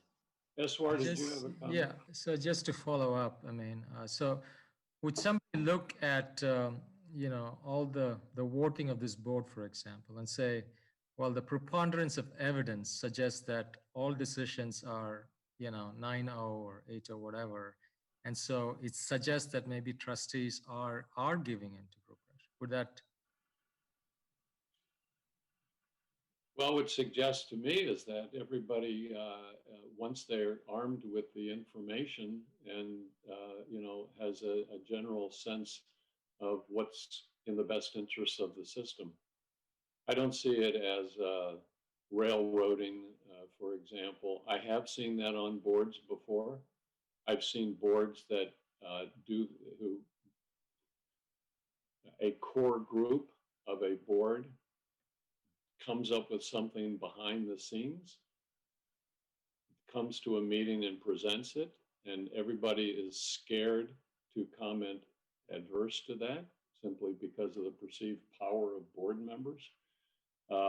That's where I think fiduciary duty gets off the rails.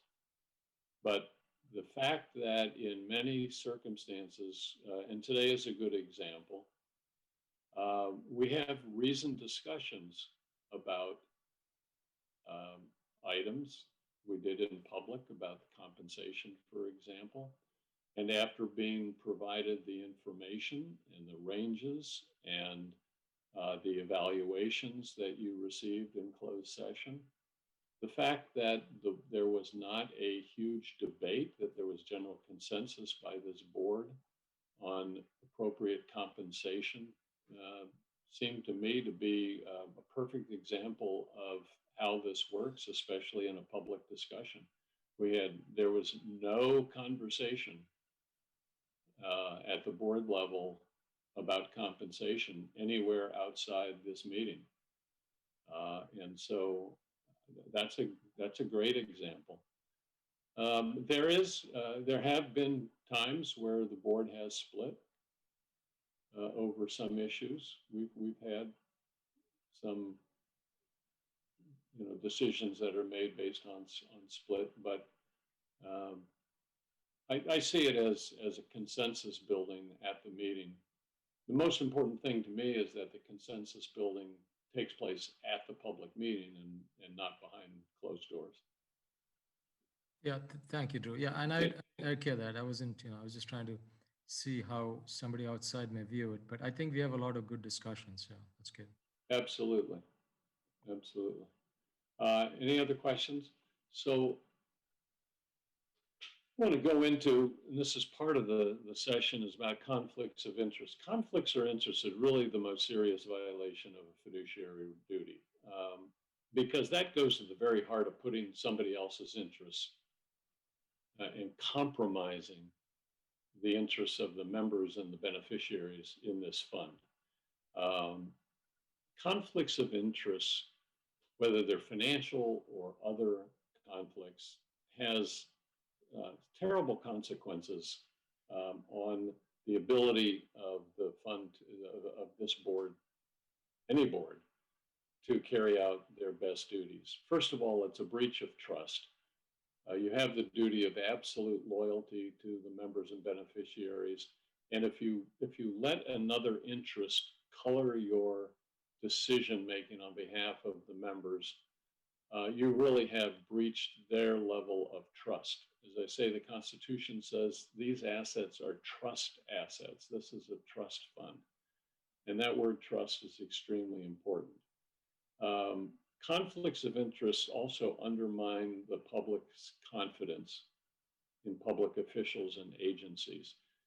We've sure got more than our share these days of confidence being undermined in our public officials and public agencies. We don't need to contribute to that atmosphere.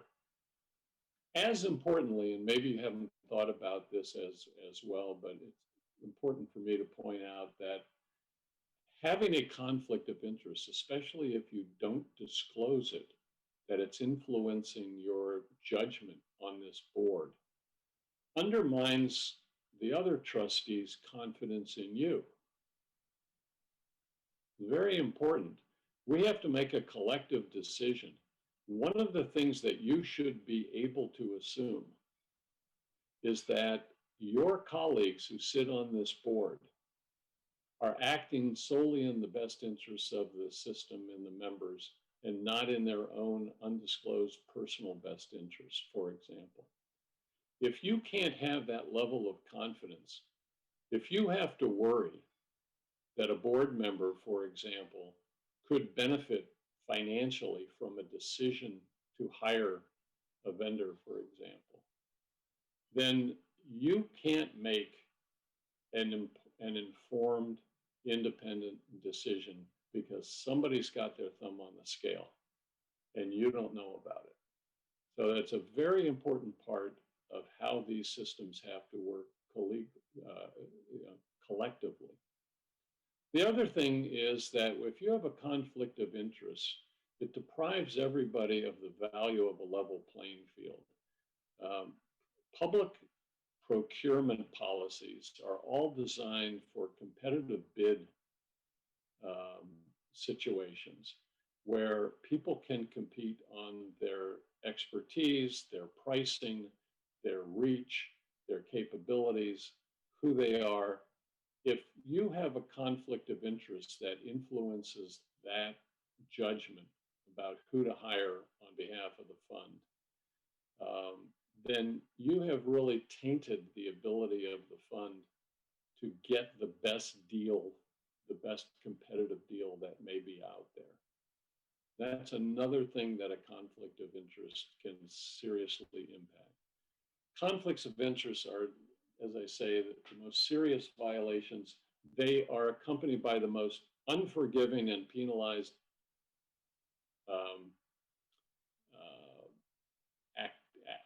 consequences. As you'll see as we get into a little bit of the conflict of interest law, that the public has decided that a conflict of interest leads to is the one fiduciary obligation to not compromise that should be penalized at the highest level, and they are. Easiest way to put this, I put this quote from the California Supreme Court. This was the San Diego case of about 10 years ago.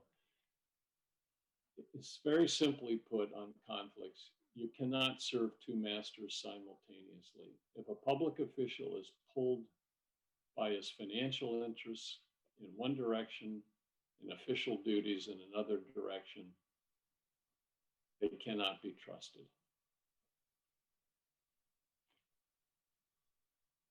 We have a whole host of conflict of interest rules. It's remarkable to me how complex these rules can be, and that's frankly why you need counsel to work with you anytime one of these may come up. There are, if you can see, there are financial conflicts of interest we'll talk about briefly. There are gift limitations on receiving gifts. There are non-financial conflicts of interest. And then for those of you who happen to be investment professionals, if you're registered investment advisors, there's a whole bunch of other rules that the SEC imposes on you when you sit on these boards. So as I go through a few of these, just keep in mind, we can't talk about every single minutia of the legal provisions. What you have to do is be sensitive to what is a conflict of interest. And then if you think that there's something going on that raises the issue, you need to reach out to your chair, to me as fiduciary and general counsel, or even contact the Fair Political Practices Commission to dig deeper into it, because as Herman Miller once said, God is in the details. So let's talk about some of these. This is the basic prohibition in the government code that applies to state and local officials such as yourself. You may not make, participate in making, or in any way attempt to use your official position to influence a decision of the board, which you know or have reason to know you've got a financial interest. There's a lot packed into that. This means that if you have a personal financial interest that gets triggered by some matter that the board is considering, not only can't you vote for it, you can't participate, you can't talk to anyone, you can't attempt to influence the decision if you know that you have a financial interest in the matter. Good example would be if it were proposed, let's take a really ridiculous example. It's proposed by investment staff that Vince Sanzeri should be given a $10 million portfolio to invest on behalf of police and fire. How about that? Obviously, Trustee Sanzeri would have a direct, obvious financial interest in the outcome of that. Not only couldn't he vote on it, he couldn't speak to anyone about it. In another slide or two, I'll show you that. Not only that, the board would be barred from entering into any such contract. That's how strong the law is. I'm going in the opposite direction here. So what is a financial interest and how big does it have to be? How direct does it have to be? Are all in the details of the Political Reform Act. I put on this slide 9 some of the things that are barred, just so you get some flavor. A foreseeable financial impact would be as if the board were considering something in which you as a public official had a business interest in of worth more than $2,000. Or the board was considering investing in a piece of property that was next to a piece of property that you owned that was worth more than $2,000. See, the thresholds are very low. A financial interest that could be affected by a board decision on something does not have to be a large financial interest in order to be prohibited. The Fair Political Practices Commission. Can I ask you a question? Yeah, please. So supposing I am doing a land redevelopment project in the city of San Jose, can I take that before the city council, but not use the fact that I'm a trustee on a pension fund? Is that still okay?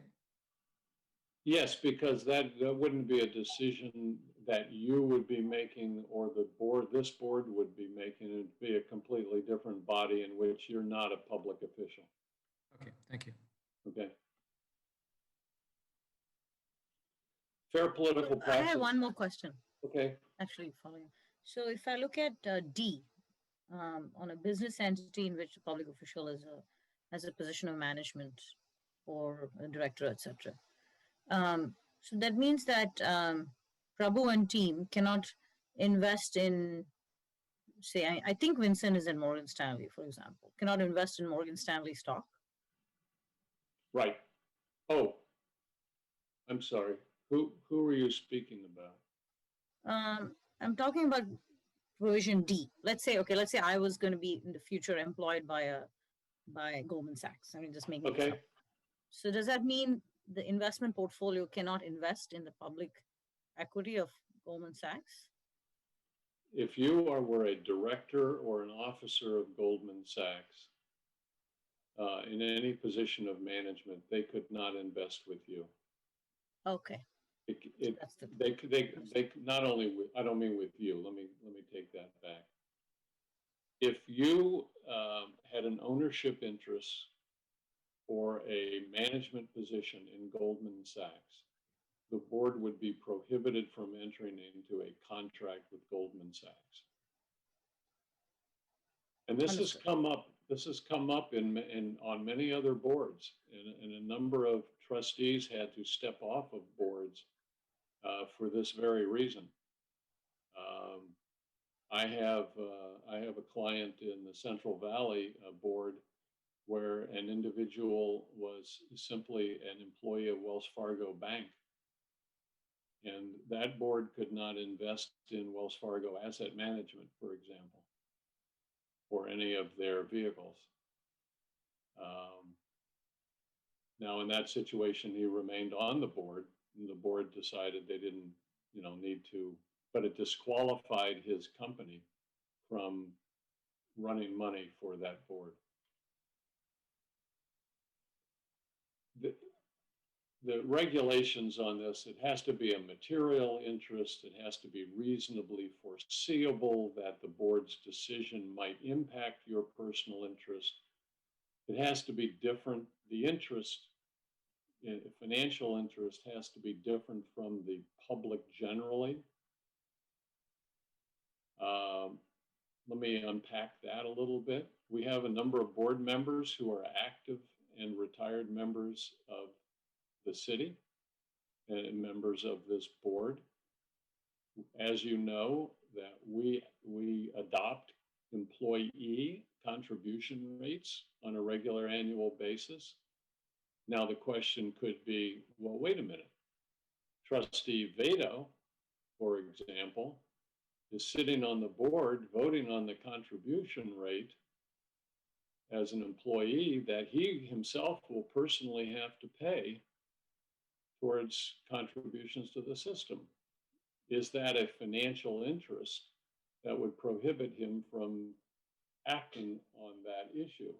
And the answer is no, because it not only affects him, it affects thousands of other employees of the city of San Jose. That is the public generally exception. And that's the way our board is constructed, that there are people who are interested in the system who sit on our board, and they have to be allowed to vote on things because that's the duty of board members. The people said that this is how we're going to compose the police and fire board in the city of San Jose. It's going to have people who are financially interested in the system on the board, active and retired members, but we're not going to disqualify them from participating and voting on things that impact their own salaries, for example. But now I'll give you another example. Again, we'll pick on Franco again. Suppose whenever we get back to non-COVID meetings back at the Office of Retirement Systems or downtown at City Hall, suppose the board wanted to contract with the police department to provide security for its meetings. Could Franco vote on that? Well, the answer is no, he would have to recuse himself from voting on that because that contract would directly affect his department that's his employer and could reflect on his personal future in that department, whether financially or otherwise. And so that's too close of an interest that he would have narrowed down to his department. So if our board were considering something that like entering into a contract with his department, he would have to recuse himself from participating in that decision and communicating with anyone about it.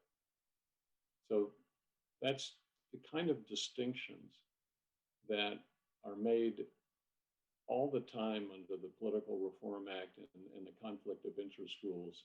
And quite frankly, it requires enormous amount of study in many instances to fill in these gray areas because it's not so evident that anybody could answer that question easily. Harvey, this is Howard. Can I ask a question? Absolutely. Going back to the prior slide, slide 9, I just wanted to clarify section D as in Delta. You mentioned management as far as within a business entity, but it actually mentions employee, which is pretty broad. I don't know if that was a meaningful wording or not. Yeah, no, that's in the law. It is pretty broad. Okay, so you can be employee of Goldman Sachs, and that would be an issue, no matter what you did. Yes, it would be an issue because it could impact, and we've seen that. It could very well impact your employment. It creates an expectation. This is one of the things that the FPPC something came up about 2 years ago at LA County where this issue came up, and what the commission said about it was, if you're an employee, and let's carry out our example of Goldman Sachs. If you're an employee of Goldman Sachs and you're sitting on a retirement board that's considering Goldman Sachs as a money manager, there's an expectation that Goldman Sachs would have that you would react favorably to them because they're your employer. And that expectation is something that should be avoided in this situation. A board member should not be put in the position of having their employer expect that they will vote favorably or see a potential contract favorably. That there needs to be a complete division there so they're not put under that expectation. Does that make sense? Yeah, okay, thank you. Okay.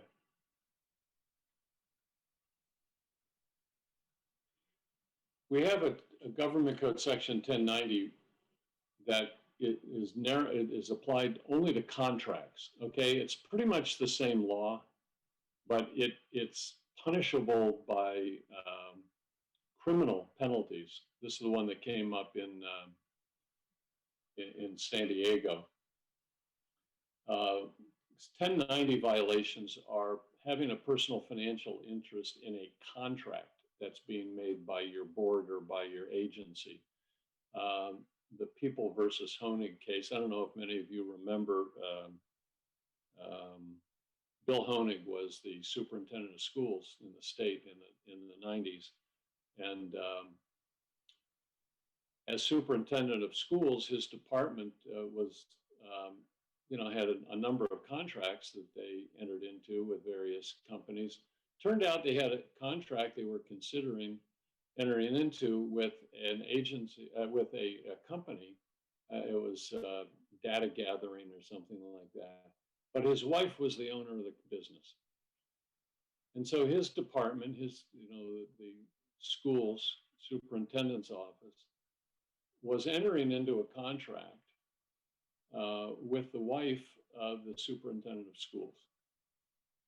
And he was criminally prosecuted for that. And there were all kinds of shell entities in between, that there were, as this quote says, however devious and winding the trail may be, which connects the officer with the forbidden contract, if you can follow that trail and make a connection, it's a conflict of interest. So a lot of these things are not apparent on the face. In that situation, the contract was a subcontract through another entity and was kind of laundered, if you will, through to avoid public scrutiny. But it was easy to find the trail that connected him to his wife through that contract, and it was a criminal violation of this provision 1090. If there is that kind of a conflict, the board can't enter into the conflict at all. They enter into the contract at all. It's not enough for the member to recuse themselves. If there's a direct financial interest in the contract, the board simply is banned from entering into it.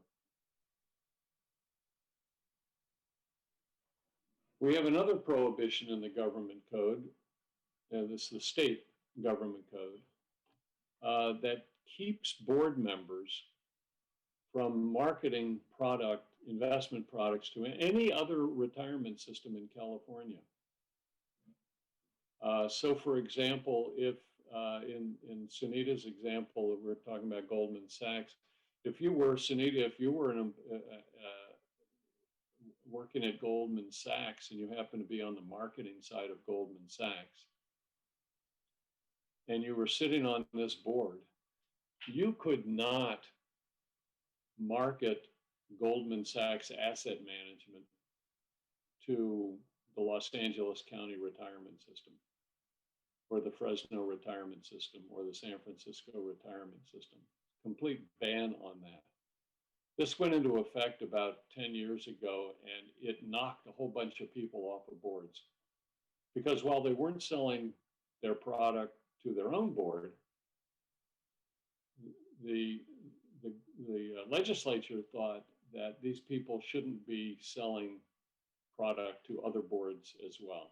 That was determined to be a conflict of interest. So there is that prohibition.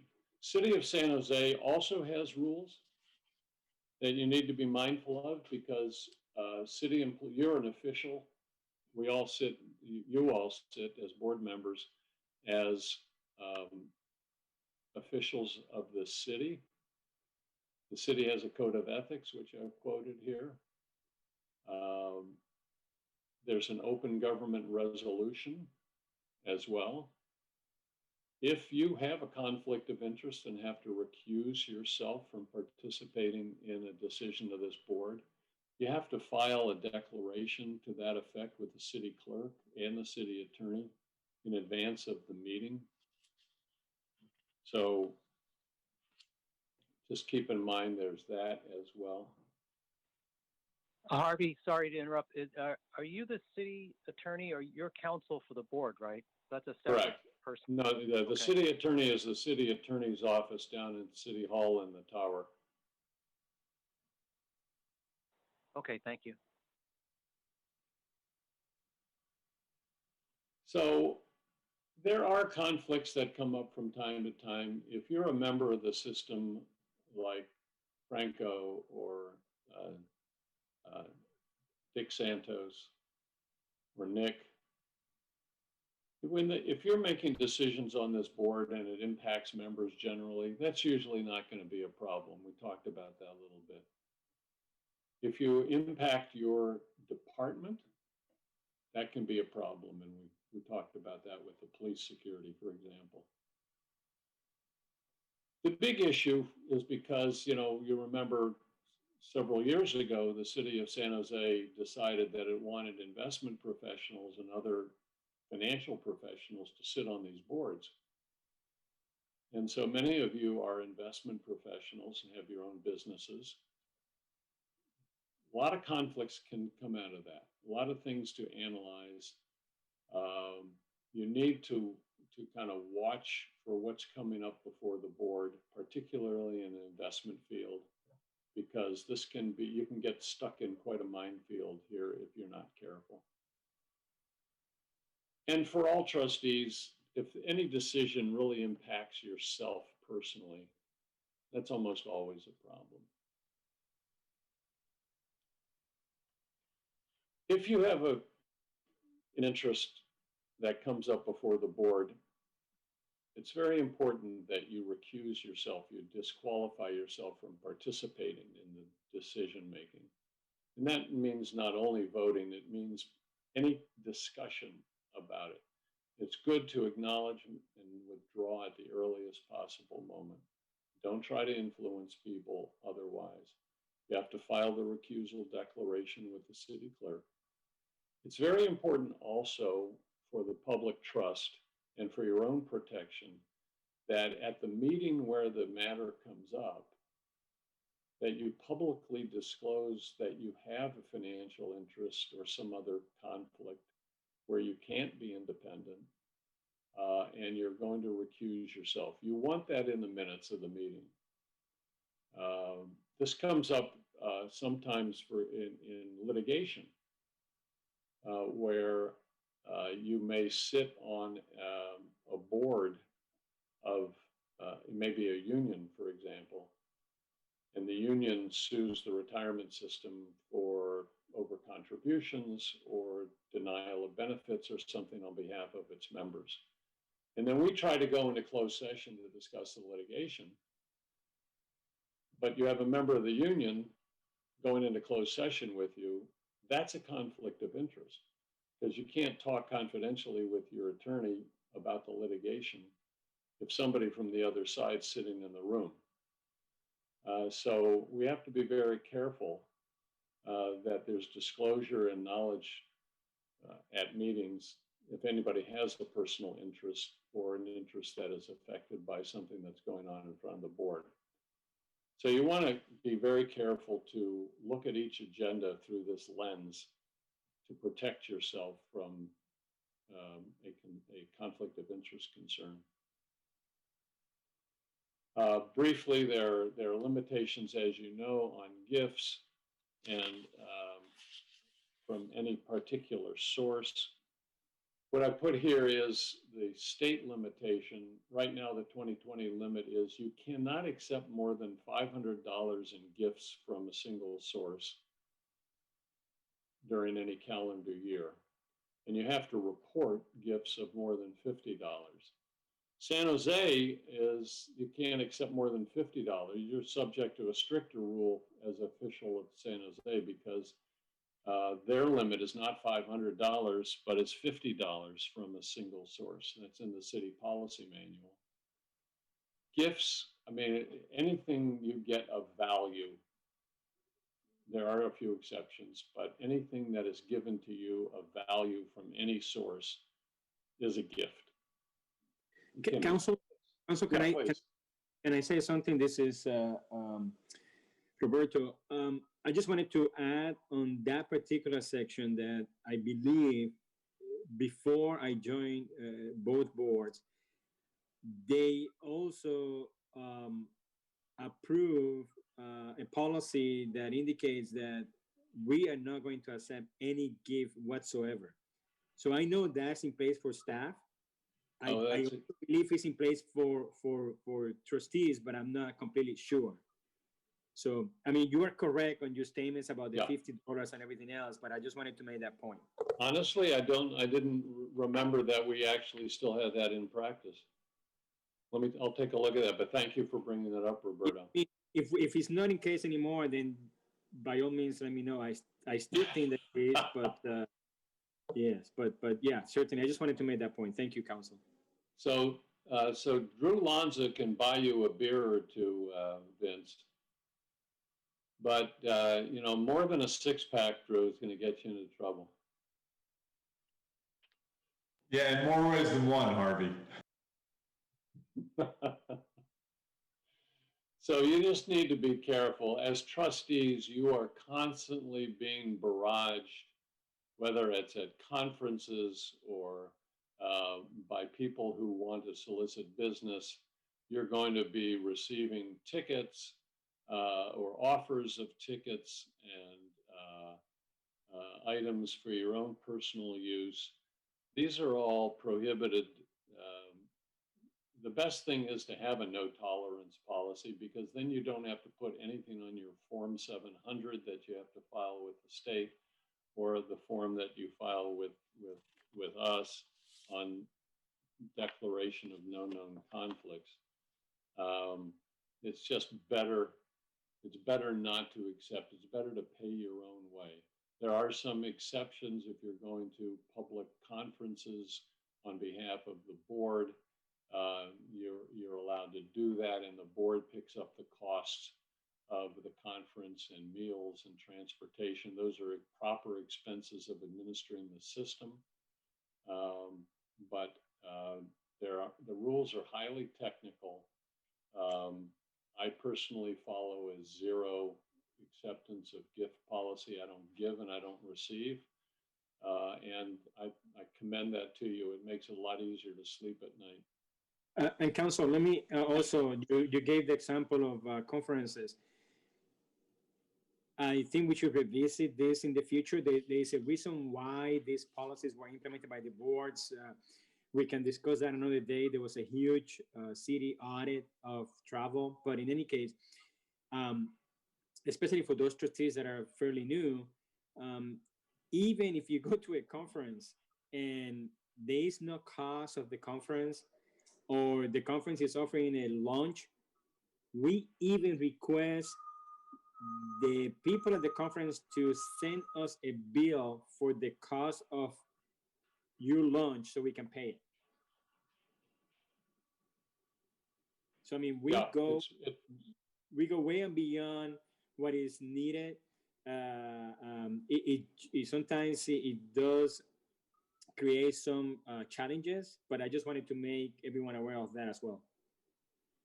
Yeah, we should have that conversation maybe at another board meeting in terms of what, how to handle conferences. It's sort of been retarded this year because of the COVID pandemic, and we're not flying to places, staying overnight, paying, getting meals.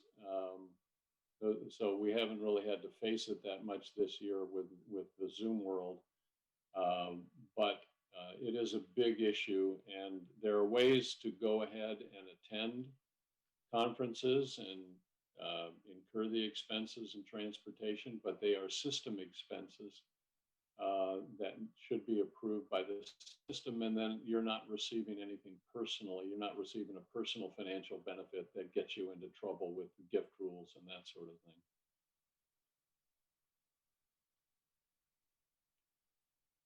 There are other conflicts of interest. We don't have to spend a lot of time on them. I want to focus on board governance just for a minute. In the rubric of conflicts of interest, there are certain activities that that come up in board governance that we should be aware of. Engaging in activities inconsistent with your duties, speaking on behalf of the board without authorization. These are all things that compromise your duty of loyalty to the system. Breach of confidentiality. I had a state pension board client last year where one of the members, we went into closed session to discuss litigation, and one of the board members, unbeknownst to everybody, put their cell phone on the table with a direct line to a reporter for a local blog, and broadcast the content of the entire closed session meeting to an outsider without anyone knowing. So these things happen from time to time. That's clearly a conflict of interest. This particular trustee was pursuing her outside interests in trying to play gotcha with her board members. Those are the kind of things where you start acting in a way that undermines the confidence of your board and the board's ability to act. I will point out that just because you sit on this board doesn't mean you lose your First Amendment rights of free speech. You do have the right to speak publicly about matters of interest, but you should be careful not to speak about the board's business unless you're authorized to speak on behalf of the board. There are lots of penalties for violating conflict of interest laws. I've listed most of them here, but one thing I want that's not on this list, which is interesting, is that the board is not given any authority to self-police or self-enforce these laws. If you commit if you have a conflict of interest, there's not much the board can do to you under law. It's just, you can be, in some boards, if somebody commits an egregious conflict of interest or an action contrary to the interests of the system, the board can strip you of the chairmanship or strip you of membership in a committee or something like that. But there's no other self-enforcement that the board has over its own members for having conflicts of interest. Don't need to go in much. I'm sorry, go ahead. So I'm a little confused on that. So if one of us finds that one of the trustees has a conflict of interest, even in your example of the person who was transmitting it, do we have an obligation to motion to remove the board member, or it's, what is our? Well, you don't. There's no authority in this board under the city rules or state rules where the board can act to remove a member of the board. So how do they get penalized for conflicts of interest? Well, generally somebody will rat them out, if you will, to the attorney general or the district attorney, and then it goes from there. But we have no enforcement capability as a board to do anything. Now, if we're aware of a conflict of interest that would taint, entering into a contract, we would not consider the contract. The other thing might be if somebody violated quiet period, while we're in the engagement of an investment manager, for example, or had an interest in the investment manager. The investment, a number of our RFPs, I think, and Prabhu could confirm this, a number of our RFPs say that we could disqualify the manager from the competition. But we could not take action directly against a board member. I've listed some special rules for investment advisors in terms of making contributions and that sort of thing, just something to keep in mind. Just some practical tips. Make sure you review all board agendas with an eye for potential conflicts. So as you go through the agenda, think to yourself, do I have a dog in this hunt? Is there something that is going to impact me differently than it's going to impact others? Maybe I should take another look at it. You can call me at any time. You can call the FPPC hotline. Keep in mind that you have 2 key disclosure documents that you need to fill out. One is the Form 700 every year. And the other is, and I should have posted it as well, but I think right now you're looking at, Roberto, I don't know when it's due, that you have an annual declaration of no known conflicts form to fill out for the system. And we maintain that as a public record. So that should be filled out annually. Roberto, is that due about now? Yes, we Linda, feel free to speak up. I believe that either we have reached out to trustees with the form, and if we haven't, we will be doing it shortly. But I think this is about the time. I think it's usually September, and obviously this is October 1st. So Linda, can you comment on that? Are you talking about the no conflict? Yes. Yes, it's due now. And did we send it out to trustees already? No, I sent a copy to Harvey. I wasn't sure if he was going to update it. Okay, so basically, If it's we're okay, waiting. I can send it out today. Yeah, we were waiting for your presentation, Harvey, to send it out so that everybody knows what it's about. But obviously, once we make it available to all trustees, if you can get it back to us at your earliest convenience, that will be helpful. We do that every year around this time. Thank you. Yeah, so when that form goes out to each board member, take a look at it. If you have any questions about it, call Linda or Roberto or call me and we can talk through it. It's basically a statement that you're not presently aware of any conflicts of interest that you might have, and also that you've complied with sending in your proper form, the Form 700, to the State Fair Political Practices Commission. Actually, the filing officer in San Jose, Roberto, I think for the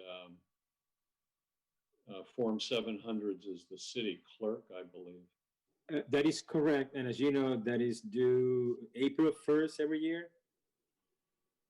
It's due April 1st every year on an annual basis. Yes. It's also due when you assume office, and this may affect Sunita. If you, during the year, whenever you assume a new office as a public official, you have a certain period of time, a short period of time, to file what's called an assuming office Form 700. And for a board member who steps down, either resigns or the terms out, there's a departing 700 form to fill out for Form 700. So they got you coming and going. And I know you spoke about the Form 700 already in another slide, but for those of you that are fairly new trustees, obviously you probably have seen a lot of information in the media the last month or so about the Form 700 information from the former CIO of CalPERS. So it is very important that that form, if you have any question, we will certainly put you in touch with Harvey so he can help you navigate, the form so that we provide the information as requested. Great. There are also instructions posted on the fppc.org website specifically for how to fill out Form 700 because it has 3 or 4 schedules. Okay. The rest of the slides that I've got are some hypothetical scenarios. There are 3 of them that I added on. If we had time to talk about them, I think probably the best thing, though, is not to go through them, Mr. Chairman, here at the board meeting, but I encourage you to look at the 3 hypotheticals and ask yourself the questions that I've asked in them to give you some idea of the kind of situations that can arise that pose conflicts of interest. These are actual, real situations. Only the names have been changed to protect somebody. But you'll get a better idea. And then maybe if you wish at the next meeting or something, if anything like that triggered, in comments later, I'm happy to answer any questions that you might have that come up in your mind when you read through those hypotheticals. But with that, unless there are additional questions, I think we can move forward, Mr. Chairman. Well, that was excellent, Harvey. Let me share with you a brief sort of personal side. I'm actually embroiled in a breach of fiduciary duty issue right now, and I'm actually on a board where somebody said, well, nobody told me. Turns out the first fiduciary duty of a fiduciary is good faith and fair dealing is to know that you're a fiduciary. So it's a super interesting thing. So, well, nobody told me I was a fiduciary. Okay, well, hang on. It's actually looping in, and I'm guessing, Harvey, that you can't say you didn't know, right? You're supposed to. Now you can't. Yeah, and so on our board, I mean, Harvey does this all the time because I think rightly so, pointing out our number one duty as fiduciary is to recognize that we have these fiduciary duties. And so we all do, And Harvey, thanks so much. Hey, we're at the end of section 4. Roberto, did you want to make any last comments? No. I think the bottom line here is, if you have a question, whether it's about filling out a form or whether it's about attending a particular conference or an issue that has come up, reach out to the office. Either we're going to be able to address the question, and if we can, we'll make sure that we get you in touch with your fiduciary counsel so that you can ask those questions to him directly. I have a suggestion. Go ahead. Sorry. I mean, maybe it's because I'm the newest member of the board. I found this incredibly enlightening. Can it be, I might recommend that it be part of the onboarding process that we go through this as new trustees with Harvey. I don't know if that appeals to other trustees. So it is part of this of the onboarding process, Sunita. This year, unfortunately, and I apologize, it's been a little different because of the pandemic. We tried to get trustees a meeting with fiduciary counsel and other of the consultants. And I know in your case, we had an hour, 2-hour meeting. And one of the things, and I mentioned this before in meetings, you all have access to an application, Confluence, in your iPad. And Confluence has, as part of the onboarding, has a lot of different documents. And as part of that, documents that are available to you is actually one from counsel on the fiduciary responsibilities. And I don't know that it's the most recent presentation that he just made this morning, but the last one that he made. So certainly we got to do a better job, Sunita. I apologize that we didn't get in touch with I before. didn't mean to. But that's the concept. That is what we try to do when we board approved. Thank you. Great, thanks, Sunita. Hey Drew, if I could add something real quick. This is Howard. I actually went through the initial onboarding in February with Harvey, really on my second day, and I thought that presentation he did then, the training was excellent.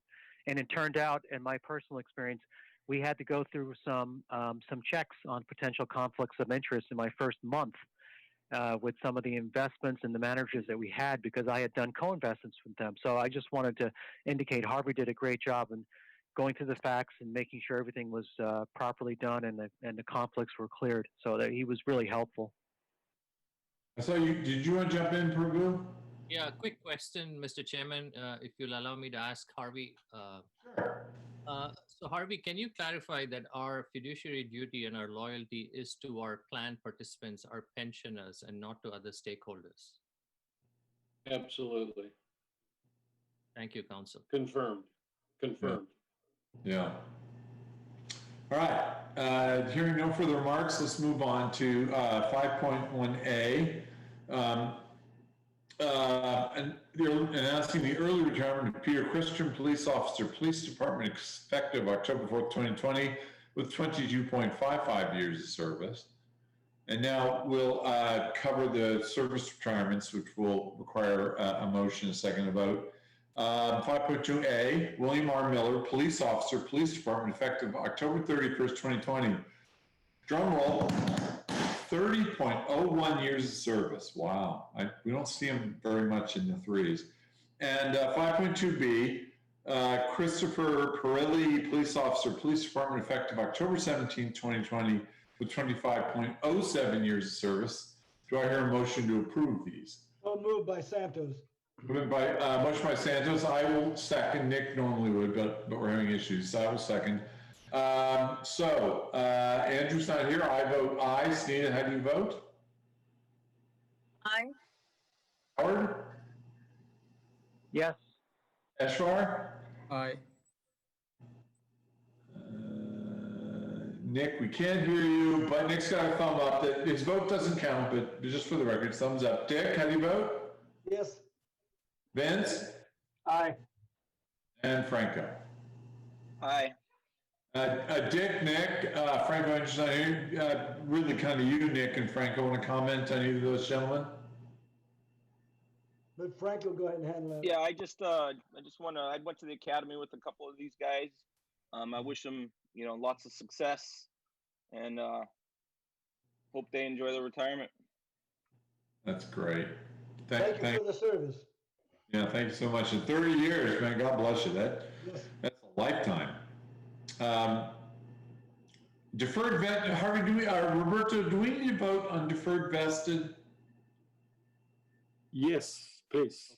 Great. So we will take a motion second on this as well. Deferred vested, item 5.3A, Jason A. Bollendorf, police officer, police department, effective October 3rd, 2020, with 25 years of service, with reciprocity 18.95 at CSJ YOS, wherever the heck that is, and 6.05 at PERS. We know PERS is. Oh, I got it. Hey, what's CSJ, Roberto? County of San Jose? City of San Jose, and then Oh, sorry, okay, 18.95 years, City of San Jose, and 6.05 PERS years of service, right? When I first joined, I thought it was a City of San Juan, but I learned quickly it was San Jose. So. It makes you homesick, doesn't it? Motion of support by Santos. I'll join in the second by Lanza. Motion by Santos, second by Lanza. We'll go round table. Andrew's not here. I vote aye. Sunita, how do you vote? Aye. Howard, how do you vote? Yes. Eshmar? Aye. Nick, I see big thumbs up. The vote doesn't count, but that's just for the record. Dick, how do you vote? Yes. Vince, how do you vote? Aye. Franco, how do you vote? Aye. You know, it's interesting, the next section, section 6, it's really interesting the first time you're chair and you read the backgrounds and then the names of the police officers and firefighters who passed away. Some of the stories you can tell are very happy. They made 30 years into retirement. Some of it's very sad. They made 4 or 5 years into retirement. You talk to Nick and Dick who say, yeah, he kind of had cancer and whatever. So this is really a nice meeting. We should know, apparently people stopped dying because we have no death and survivorship notification. So retired policemen, retired firefighters, keep that up. That makes our board happy to know you're all healthy and doing well. Committee minutes and reports. Anything, Eshfar, from the investment committee? We've had no meeting since the last meeting, so. Great, and so there are no minutes to approve. 7.2, Audit Risk Committee. Anything to report, Franco? No, I think we didn't have a quorum, so it didn't take place. Yeah, I'm guessing I'm gonna. No, and I'm go ahead, Roberto. No, what I was going to mention is that Chair Vedo is correct. There was not a quorum, but I did on your September meeting. We did bring the items for that audit committee, and you board approved them and we discussed. So of course there were not audit meetings in September. Your next audit meeting will be this month in October 15, after the Fed board meeting, and it's a critical one because we will be discussing the results of the financial audit by Grant Thornton, among other things. So thank you. Nick, I can see on screen anything to report from Governance Committee. No, next thing, we're going governance. Disability Committee, Dick, anything to report from disability? Yes, Mr. Chairman. As you know, we've had very long, healthy, good discussion meetings, and everybody's doing a fine job. The recommendation I make to you, Mr. Chair, for consideration in our staff is the way I had a chance to talk to our staff, and it seemed like we're backlogged, whether it be applicants not putting the stuff in on time, C-19, administrative issues, police, fire, but altogether there's a couple hundred backlog. I would recommend for consideration that you and I please have a couple maybe meetings per month so we can catch up or maybe be more helpful if that's your support.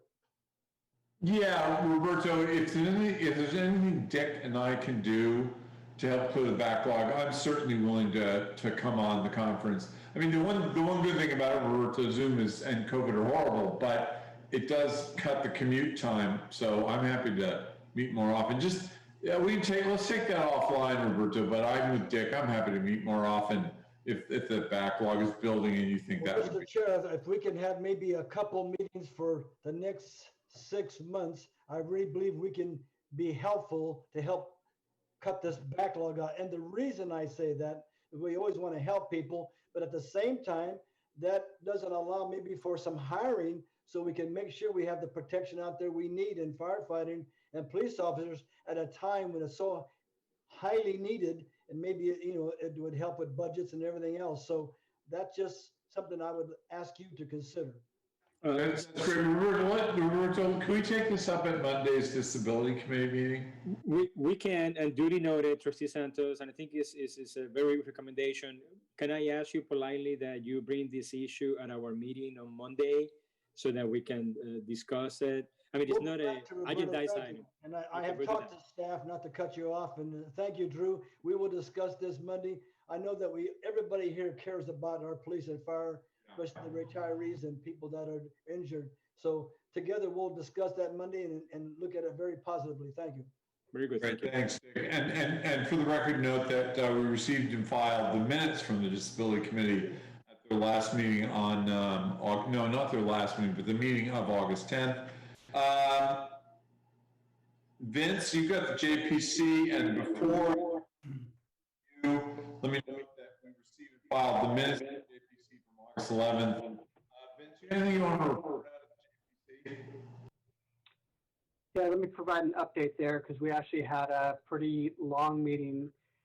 This meeting was around the evaluation procedures for the CEO and CIO, and it really was an effort to look at how we can quantify the methodologies that we're looking at regarding the outcomes and the management methods, and specifically take the scoring that we're going to do and convert it into salary increases, a procedure we just went through today. And so this is something that we're trying to do where it could be potentially a repeatable process in the future by other boards. As board members change and boards transition, we would have a framework that it could be repeatable year in and year out by how we score and evaluate. There were some questions around the procedures and the scoring. Tom Iannucci from Cortex is going to go back and do a little bit more work again and bring it back to our next meeting, which will be on October 20th. So that was one very large part of the meeting. And then also I want to announce that in closed session, we met. Coming out of closed session, we announced that we established an ad hoc committee. That committee is designed to focus specifically on evaluating the CEO's benefits. We believe that the benefit package needs to be evaluated. It's been about 3 years since Coffin Associates looked at the CEO's benefit package. And we're going to ask the board that they grant us the ability to go back and update the study since the data is fairly stale. So at the meeting on October 20th, that will be the request of the committee. The committee is made up of myself, our board chair, Andrew Gardner, who's on the Joint Personnel Committee, and Jay Castellano, who's the chair of the Federated Board. So an important action that we're taking, just noting that our CEO has been with us for a very long time. We're thrilled to have him on board, but there is a concern that his benefit package may not be up to where it should be relative to his peers. So that's why we're evaluating that to have a clear understanding of it.